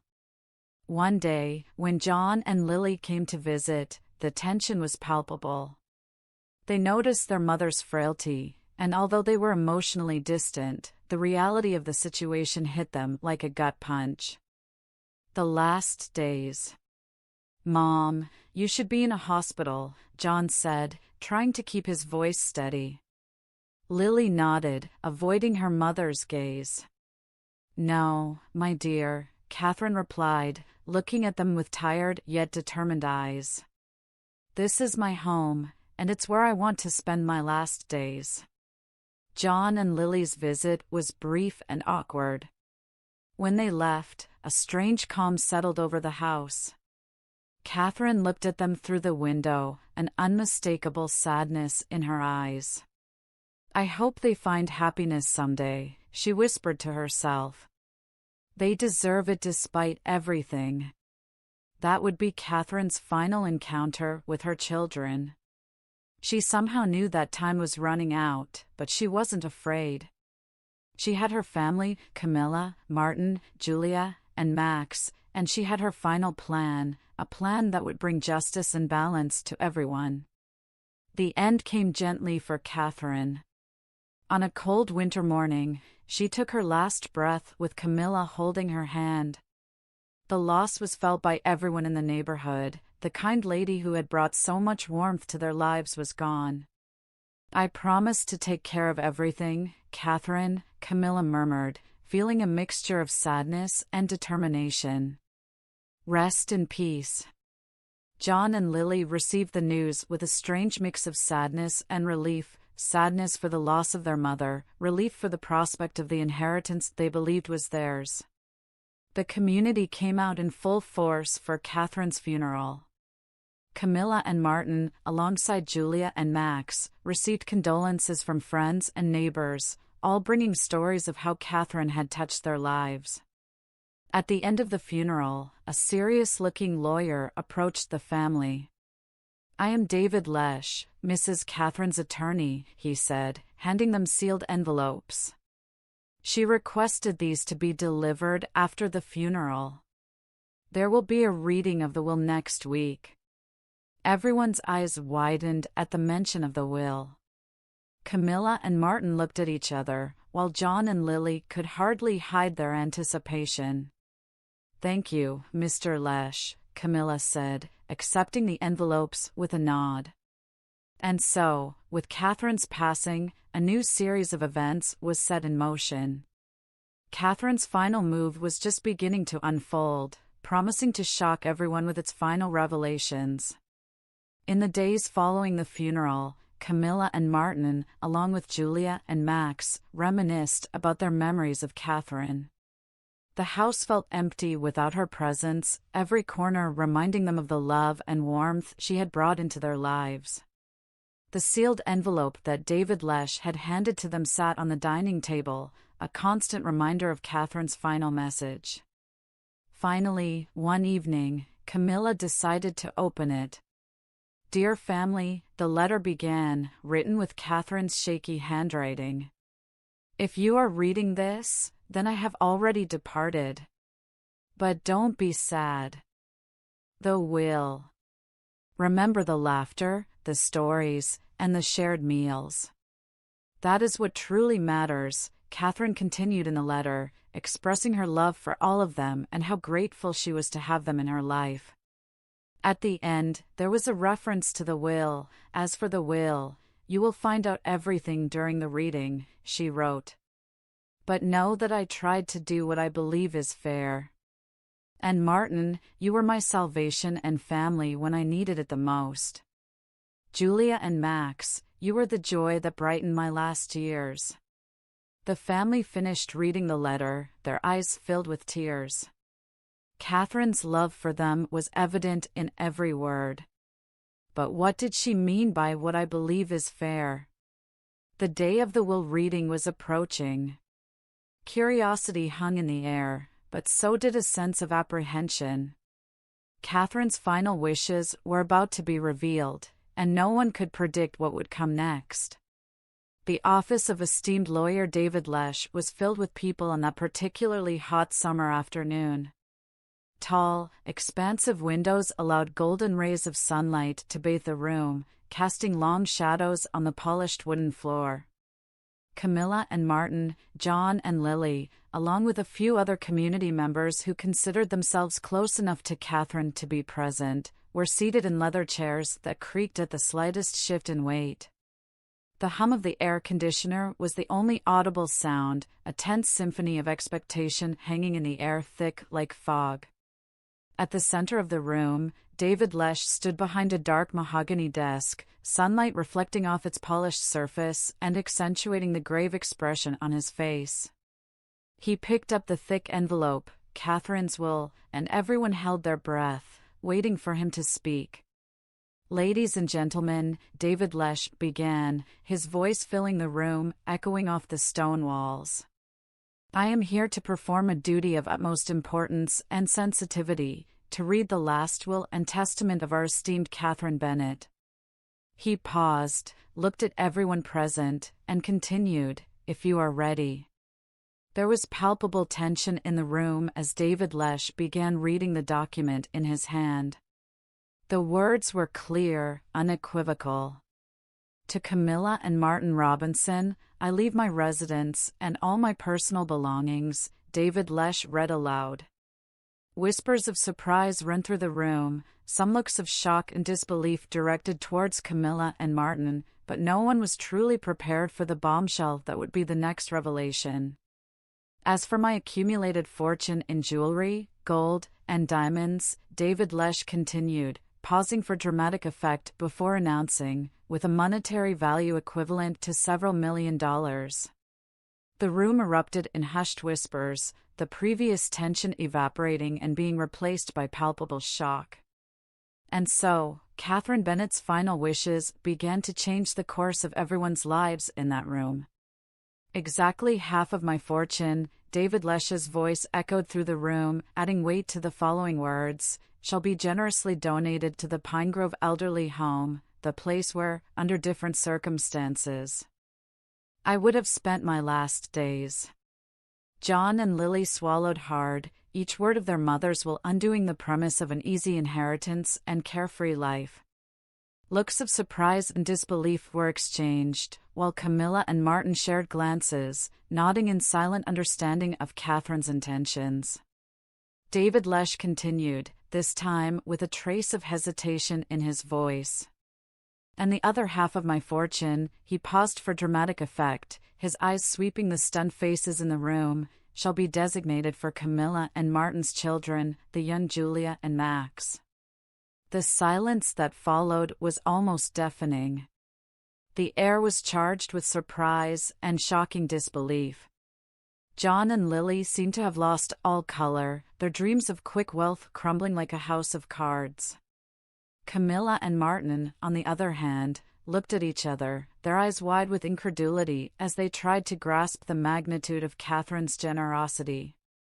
In the end, David Lesh concluded the reading, choosing his words carefully. Catherine had left a final message for her biological children, John and Lily. He paused, taking a deep breath before continuing, "I hope you find the happiness you seek.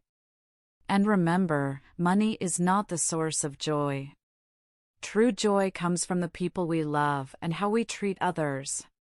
As for my money, you have already had your portion from the sale of the house, in a situation where I felt deceived and practically coerced. You won't see another cent." The room immediately turned into a whirlwind of conflicting emotions.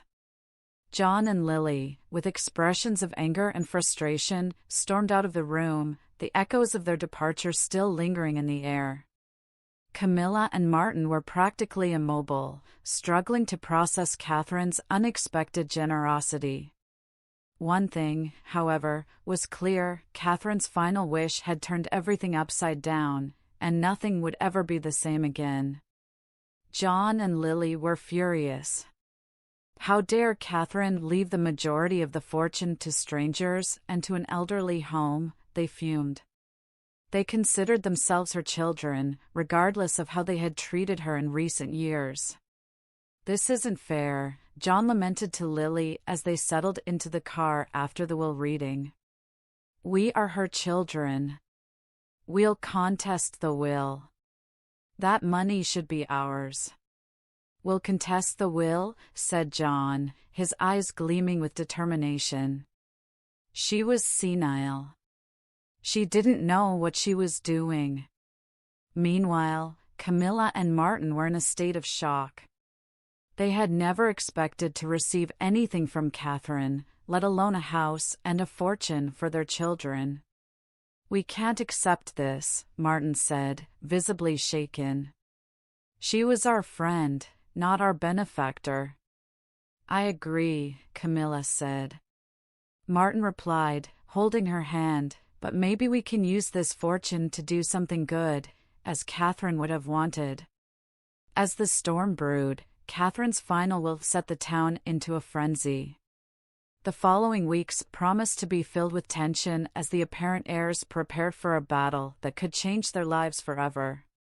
John and Lily sought out the best lawyers money could buy, attempting to contest Catherine's will. She was senile. Her mind wasn't clear when she made this will, argued John in court. On the other hand, Camilla and Martin, along with lawyer David Lesh, were ready to defend Catherine's will. Your Honor, Catherine Bennett was fully aware of her actions. This entire claim is just an act of greed, David Lesh argued. The courtroom sessions were intense. Testimonies were heard, evidence was presented, and nerves ran high. Finally, the judge delivered the verdict. After considering all the evidence and testimonies, it is clear that Catherine Bennett was in full possession of her mental faculties when drafting her will. The attempt to contest it is therefore rejected. Silence fell in the courtroom as the decision was announced. John and Lily were shocked, while Camilla and Martin felt a mixture of relief and sadness. They knew that this fortune represented the last tangible reminder of their dear friend Catherine. "It's not over," John snarled at Camilla and Martin as he left the courtroom. "I'll take this to the Court of Appeals." Camilla simply nodded, holding Martin's hand. They knew there was still a long road ahead, but for now, justice had prevailed.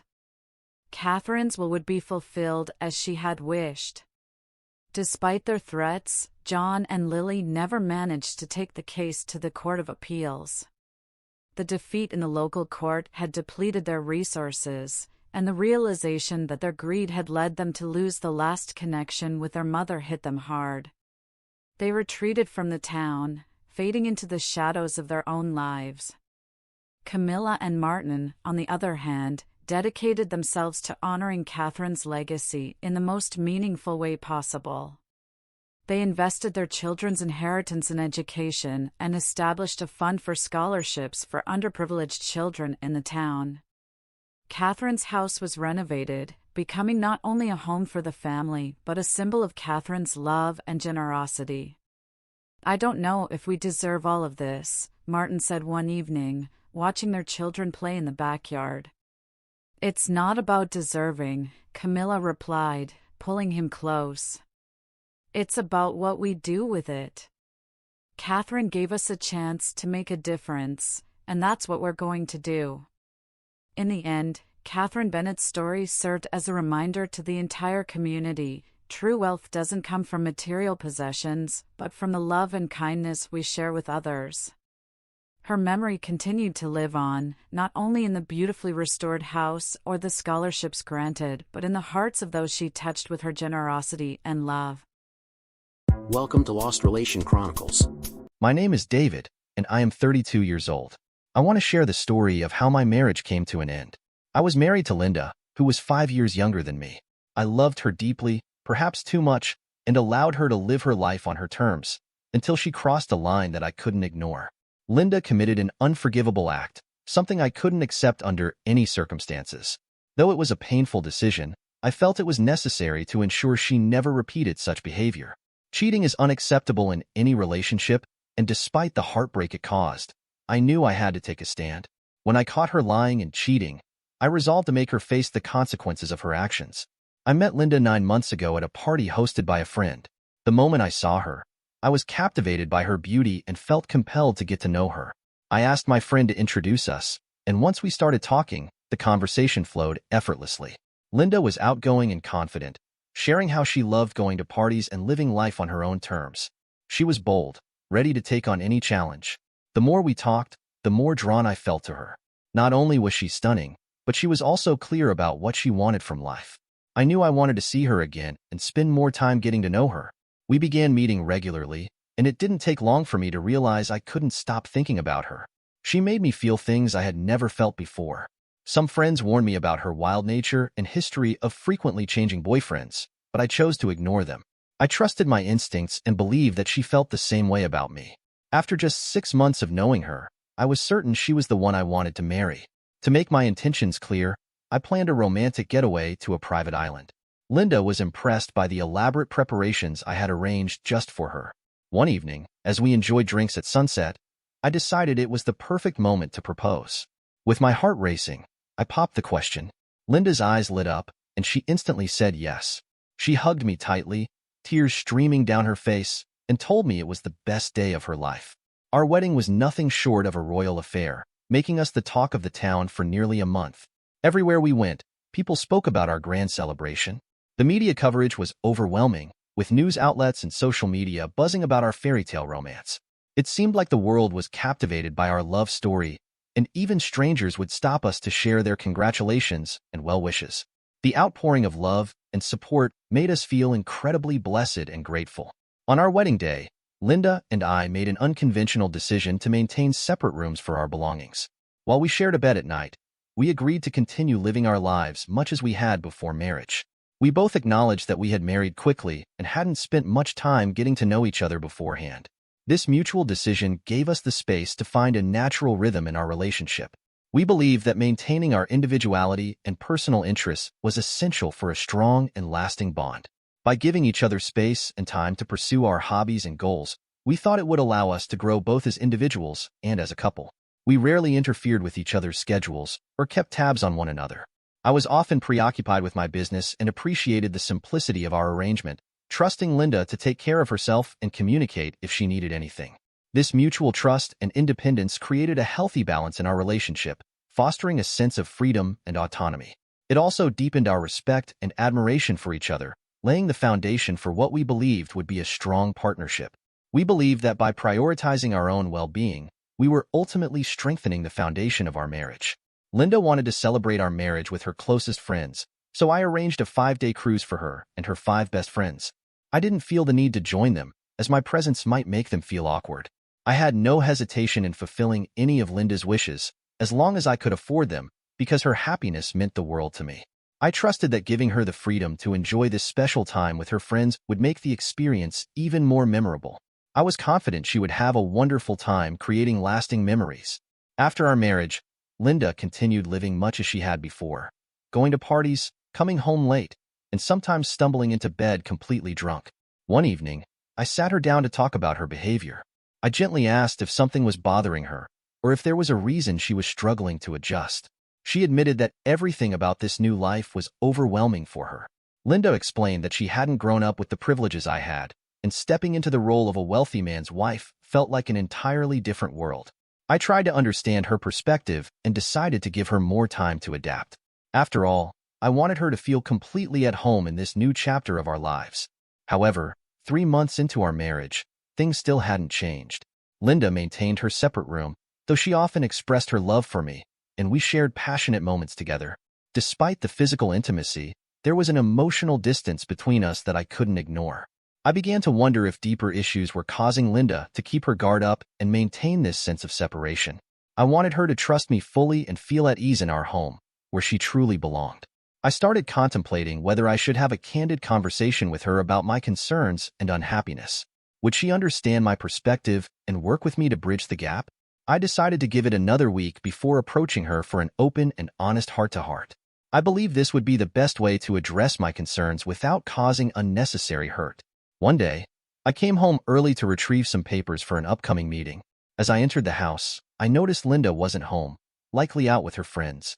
I was about to grab my papers from my room and leave when curiosity got the better of me. I decided to take a look at Linda's room, hoping to find something that might help me understand her better.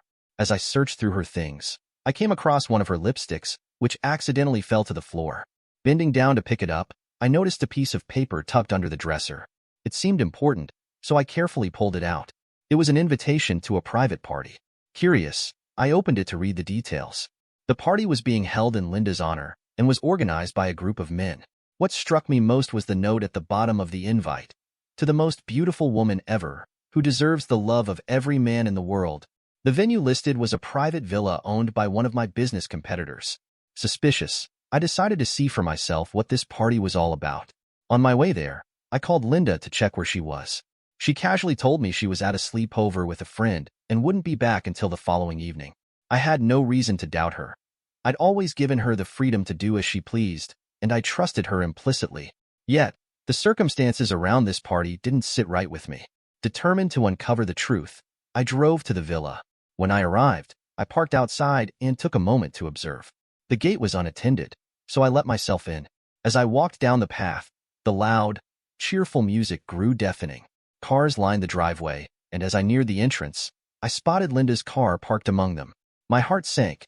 She was at the party, not at her friend's house as she had claimed.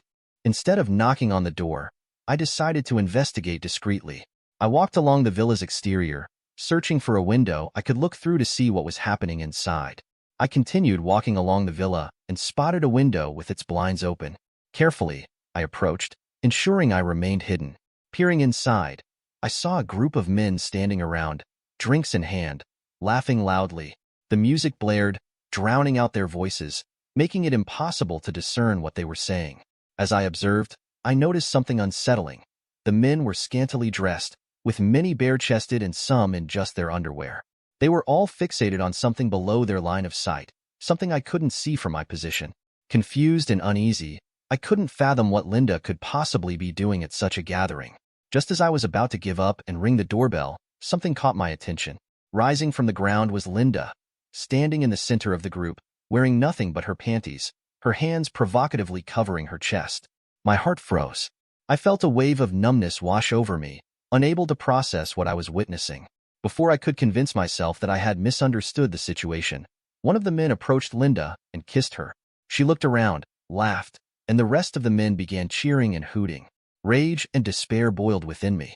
My instinct was to storm inside and take Linda away, but as I marched toward the door, a thought stopped me. Realizing the stakes, I returned to the window and began making note of everyone present. There were 6 men in total, all of them my business competitors, along with Linda. The sheer betrayal burned inside me, but I knew that acting impulsively could ruin me. I couldn't afford to let these men mock me or use this situation against me. Clenching my fists, I decided not to intervene at that moment. Instead, I resolved to plan my next steps carefully, ensuring that both Linda and the men would face the consequences of their actions. With a heavy heart and my mind swirling with anger and frustration, I walked away from the villa, got into my car, and drove off like a man possessed. The images of what I had seen were seared into my mind, and I knew I couldn't let this go without a reckoning. I had given Linda everything she ever wanted and more. I was attentive, generous, and passionate in our relationship. Our intimate life was vibrant, filled with wild and exciting moments, both day and night. Despite all this, she had chosen to betray me in such an extreme and degrading way. Trying to rationalize Linda's behavior felt futile. It wouldn't change what had happened. Instead, my thoughts turned to how I could make her and those men pay for what they had done. Consumed by anger and a sense of betrayal, I became fixated on revenge. I vowed to teach them all a lesson they wouldn't forget and to reclaim my dignity. The next evening, Linda came home as if nothing had happened, just as she'd told me she would. I was waiting for her, curious to see how she would behave after such a monumental betrayal. To my astonishment, she was calm and composed, as though she had nothing to hide. Her demeanor made my blood boil, but I kept my emotions in check, playing along with her act. I casually asked how the sleepover went. She smiled and said it was fun, mentioning that she had caught up with her friends. I let her believe I was none the wiser, waiting patiently for the right moment to put my plan into action. After she freshened up and joined me in the living room, I brought up my upcoming 2-week business trip. I mentioned that I had hired a personal secretary to assist me during the trip and that her name was Betty. I then called Betty into the room to introduce her to Linda. She greeted Linda warmly, and Linda responded politely, though I could see a flicker of unease in her expression. I told Linda she should rest, as I needed to go over some details with Betty. Linda agreed, mentioning that she was tired, understandable, considering her activities the previous night. Her calm facade began to crack slightly when I placed my hand on Betty's lower back, ensuring Linda noticed the gesture. Her uneasiness grew, but she said nothing. I spent about an hour with Betty, outlining her role. She wasn't hired for actual work, but as a tool to unsettle Linda. My goal was to plant seeds of doubt in her mind, making her question my relationship with Betty. I wanted her to feel the sting of jealousy and guilt, hoping it would drive her to confess her wild and shameful actions. This was just the beginning of my plan to make her confront the truth and face the consequences of her betrayal. The next morning, Betty walked into our bedroom to wake me up, ensuring we wouldn't be late for our meeting. Linda was visibly shocked to see that Betty had access to our bedroom as well. Without giving her time to ask questions, I quickly got ready and told her I'd see her in 2 weeks. Betty and I left together, and for the next 2 weeks, I planned to stay at a hotel while keeping a close eye on Linda and her activities. During this time, I also needed to dig deeper into the identities of the 6 men who had been at that party.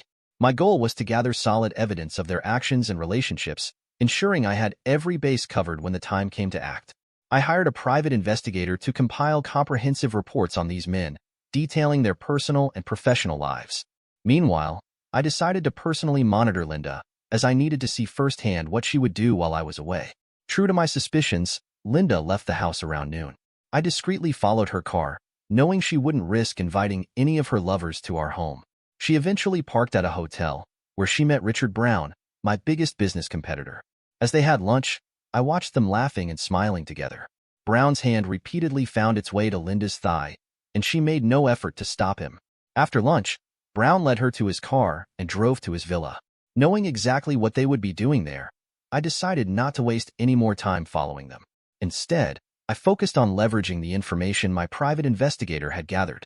Among the details was contact information for Richard Brown's fiancée. I found a phone booth and called her, introducing myself as someone helping Richard with a surprise he had planned for her. I provided her with the address of his villa, carefully crafting the story to sound convincing. 40 minutes later, she arrived, driving straight inside. I had already bribed the villa's security guards to let her in without any issue. The villa's main door was left unlocked, as Richard and Linda likely saw no reason to secure it. Richard's fiancée walked inside, expecting a romantic surprise, but was instead greeted with a shocking scene. She found Richard entangled with an unfamiliar woman in a compromising position. Her scream echoed through the villa as she yanked off her engagement ring and hurled it at his face before storming out in a fury. Richard chased after her, desperately claiming she had misunderstood the situation, but she wasn't buying it. She declared not only the end of their engagement, but also her intention to withdraw all her investments from his business. From the comfort of my car, I watched the drama unfold with satisfaction, mentally noting, 1 down, 5 to go. Using the same method, I gathered incriminating evidence on the other men. I ensured their infidelities were exposed, either to their spouses or business associates, leading to broken relationships, hefty alimony payments, or the loss of significant investments. My plan was working like a charm, but I had saved the best surprise for Linda. I orchestrated an elaborate setup by sending invitations to all the men on Linda's behalf, inviting them to a celebratory party at a luxurious villa. Similarly, I sent an invitation to Linda from the men, praising her for being the only woman who understood and supported them. This bonding celebration was designed to gather them all in one place for the grand finale. The villa was prepped with hidden cameras in every room, including the bathrooms, ensuring no moment of the night would go unnoticed. On the evening of the party, I made sure everyone arriving had to deposit their phones at the entrance, cutting them off from the outside world. Linda entered, dressed provocatively in a red backless dress I had gifted her, seemingly oblivious to the irony of wearing it for a night of infidelity. As the party got underway, the group indulged in music, drinks, dancing, and eventually, intimate behavior. Meanwhile, I activated a live stream of the event, broadcasting it to every television screen in the companies where the men worked, including my own. The reactions were swift. Calls began flooding their confiscated phones as managers, families, and friends reached out in outrage over what was being aired. Sitting in the villa's monitoring room, surrounded by their muted phones, I savored every moment with a bucket of popcorn, watching as their night of fun unraveled into chaos. During the 2 weeks I spent following Linda, one thing became painfully clear. She never loved me. She was with me for the wealth and privileges that came with being my wife. I should have known better than to fall for someone like her, a gold digger through and through. To some extent, I could have tolerated her attraction to my money. After all, such things aren't uncommon. What I couldn't tolerate was her deceit. She pretended to be a loyal wife while carrying on affairs, not just with anyone, but with men I regularly dealt with in business. The smug looks on their faces when they spoke to me about deals were unbearable. They knew, in their hearts, they were sharing intimate moments with my wife while I remained oblivious. That humiliation was something I couldn't forgive. I knew exposing Linda and these men wasn't just about revenge. It was about sending a message. Messing with me was a mistake they'd regret. After collecting all the footage from the party, I left the villa. I sent Linda a message letting her know I'd be arriving home the next day. The cameras continued recording as the guests woke up, some leaving early. Linda was the last to leave, hastily gathering herself after reading my message and heading home to prepare for my return. I gave her ample time to freshen up and compose herself before I made my entrance, accompanied by Betty. Upon seeing Linda, I hugged her briefly but immediately turned my attention to Betty, engaging her in conversation as though Linda wasn't even in the room. I completely ignored her presence. Linda stood there for a moment, visibly confused and agitated by my indifference. When she realized she wasn't going to get a reaction from me, she stomped her foot in frustration and stormed off. Watching her unravel confirmed that my plan for revenge was working perfectly. It's been 2 days since I returned from my business trip, and I've continued avoiding Linda as much as possible. The tension in the air grows heavier by the day, but I'm content knowing that the wheels of justice, or perhaps karma, are well in motion. I was well aware that all of Linda's lovers were tied up with court cases and defamation suits, leaving them unable to contact her anytime soon. Unbeknownst to her, I had blocked all their numbers from her contacts, ensuring she remained in the dark about the footage and the chaos it had unleashed. As the days passed, I made sure Linda felt increasingly unwelcome in her own home. Betty was now in charge of everything, from instructing the cook on meal preparations to deciding the new diet plan I would follow. Whenever Linda tried to intervene or correct her, Betty would flash a sweet smile and say, "He's changed his preferences now," before giving Linda a pointed, snarky look. Frustrated, Linda came to me, complaining about Betty's overreach and unnecessary involvement in household rituals. I brushed off her concerns, telling her she was overreacting. I made it clear that Betty was far better at managing things and was doing an excellent job. Linda, however, couldn't hide her growing frustration, convinced that Betty's presence was both intrusive and deliberate. I was carefully setting the stage for Linda to accuse me of cheating so I could turn the tables on her. The next day, I told her I'd arranged for her to spend time with her friends. I had booked a club for her and suggested she go out, relax, and lift her spirits. I explained that I'd be working late, so it was the perfect opportunity for her to enjoy a night out. What Linda didn't know was that I had someone tailing her, providing me with hourly updates on her whereabouts. Trusting her was out of the question. I needed her out of the house to finalize the preparations for the grand reveal I had meticulously planned for the night. By the time she returned, everything would be in place.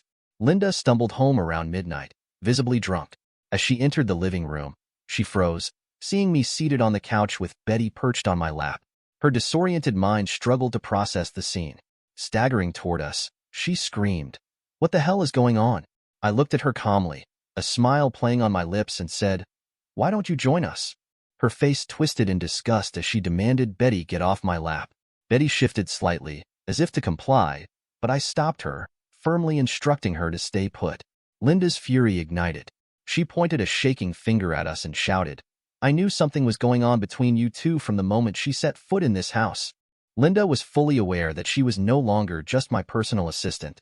I couldn't help but smile at her audacity as she tried to accuse me of cheating when she was doing exactly the same thing. I turned to Catherine and casually told her to leave us alone, motioning toward the home theater. As Catherine left, Linda struggled to follow me, carefully walking to avoid tripping. She finally stood beside me as I switched on the TV. A video started playing, and Linda watched, confused at first. But as she kept looking, it clicked. She realized what I had put on screen. The color drained from her face as she recognized the footage of her night with all the men. She stared at the screen in disbelief, her voice barely a whisper as she finally managed to ask, "Where did you get this?" I couldn't help but laugh at her question. The irony wasn't lost on me. She had the nerve to ask me where I got the footage, but she couldn't even attempt to defend herself. I leaned back casually and replied, "I recorded it myself." Her eyes widened in shock as she processed my response. She stammered, struggling to find words, but nothing came out. The room fell into an oppressive silence, the weight of her actions hanging heavily in the air. It was clear from the look on her face that she was caught, guilt and regret written all over her. I sat down on the couch, eager to watch the footage, my interest fully piqued. Linda remained standing, staring from the screen to me, unsure of whether I was angry or amused. I broke the silence by commenting on the video. "You know, I really liked what you did with that guy. It's a skill I never knew you had," I said, motioning for her to sit next to me. She hesitated, but had no choice. Slowly, she sat beside me, keeping her head down in shame. It was clear she knew at this point that she had messed up big time. As the footage played, I noticed the discomfort on her face. She wasn't watching the screen, but rather, she was glancing back and forth between the TV and me, clearly embarrassed by what she saw. I couldn't resist making another comment. You know, this has been pretty entertaining. I never knew you had such close friends who were so comfortable around you. Linda remained silent for a while, her eyes never leaving the screen. Finally, she spoke, her voice barely audible. I'm sorry. I got carried away with all these men. She tried to explain herself, claiming that the men had challenged her to spend a night with them, and that she couldn't let them win. She said that's why she had gone to the party. I was impressed by how quickly she came up with this story, but I played along, letting her think I was buying it. I wanted to see how good she was at fabricating lies. I understand, I said, nodding. But if you were cornered by these men, you could have used the fact that you're my wife to get out of it. She responded quickly, saying, I didn't want to ruin your reputation, so I didn't mention who I was. I was almost impressed by how smoothly she lied. The way she had crafted her response was almost flawless. I acted as though I felt sorry for her, playing the role of the concerned husband who believed her. As she thought she was off the hook, I made her walk with me to the dining table to get a glass of water. I sat her down and placed the glass in front of her. As she reached for it, her hand brushed against something underneath the glass. She looked down, and her face drained of color when she saw what it was. It was the same invite that she had hidden under the dresser. The glass slipped from her hand, shattering on the floor. In that instant, she knew there was no point in lying anymore. I had everything. I had seen everything. She fell to the ground, breaking down in tears. There was nothing she could say to defend herself. The guilt was written all over her face. The tears didn't change anything. She was caught, and she knew it. I know everything, I said coldly, watching her struggle for words. After a long silence, I spoke again. You're out. There's no place for a cheater like you in my house or my life. She begged me to give her another chance, pleading that she wasn't thinking straight and had been swept up in the excitement. They're all rich, she said. I couldn't say no to them. I shook my head, resolute. No, I've learned my lesson. I don't repeat mistakes. She tried to convince me, but my mind was made up. Forgiveness is not an option. Her pleas didn't move me. It was the hardest thing I had to do, but I knew it was necessary for my peace of mind and self-respect. As she left, I made a promise to myself that I would never let anyone into my life without fully testing their worthiness. That was the lesson I learned from Linda's betrayal. Within a week, I had my lawyer draw up the divorce papers.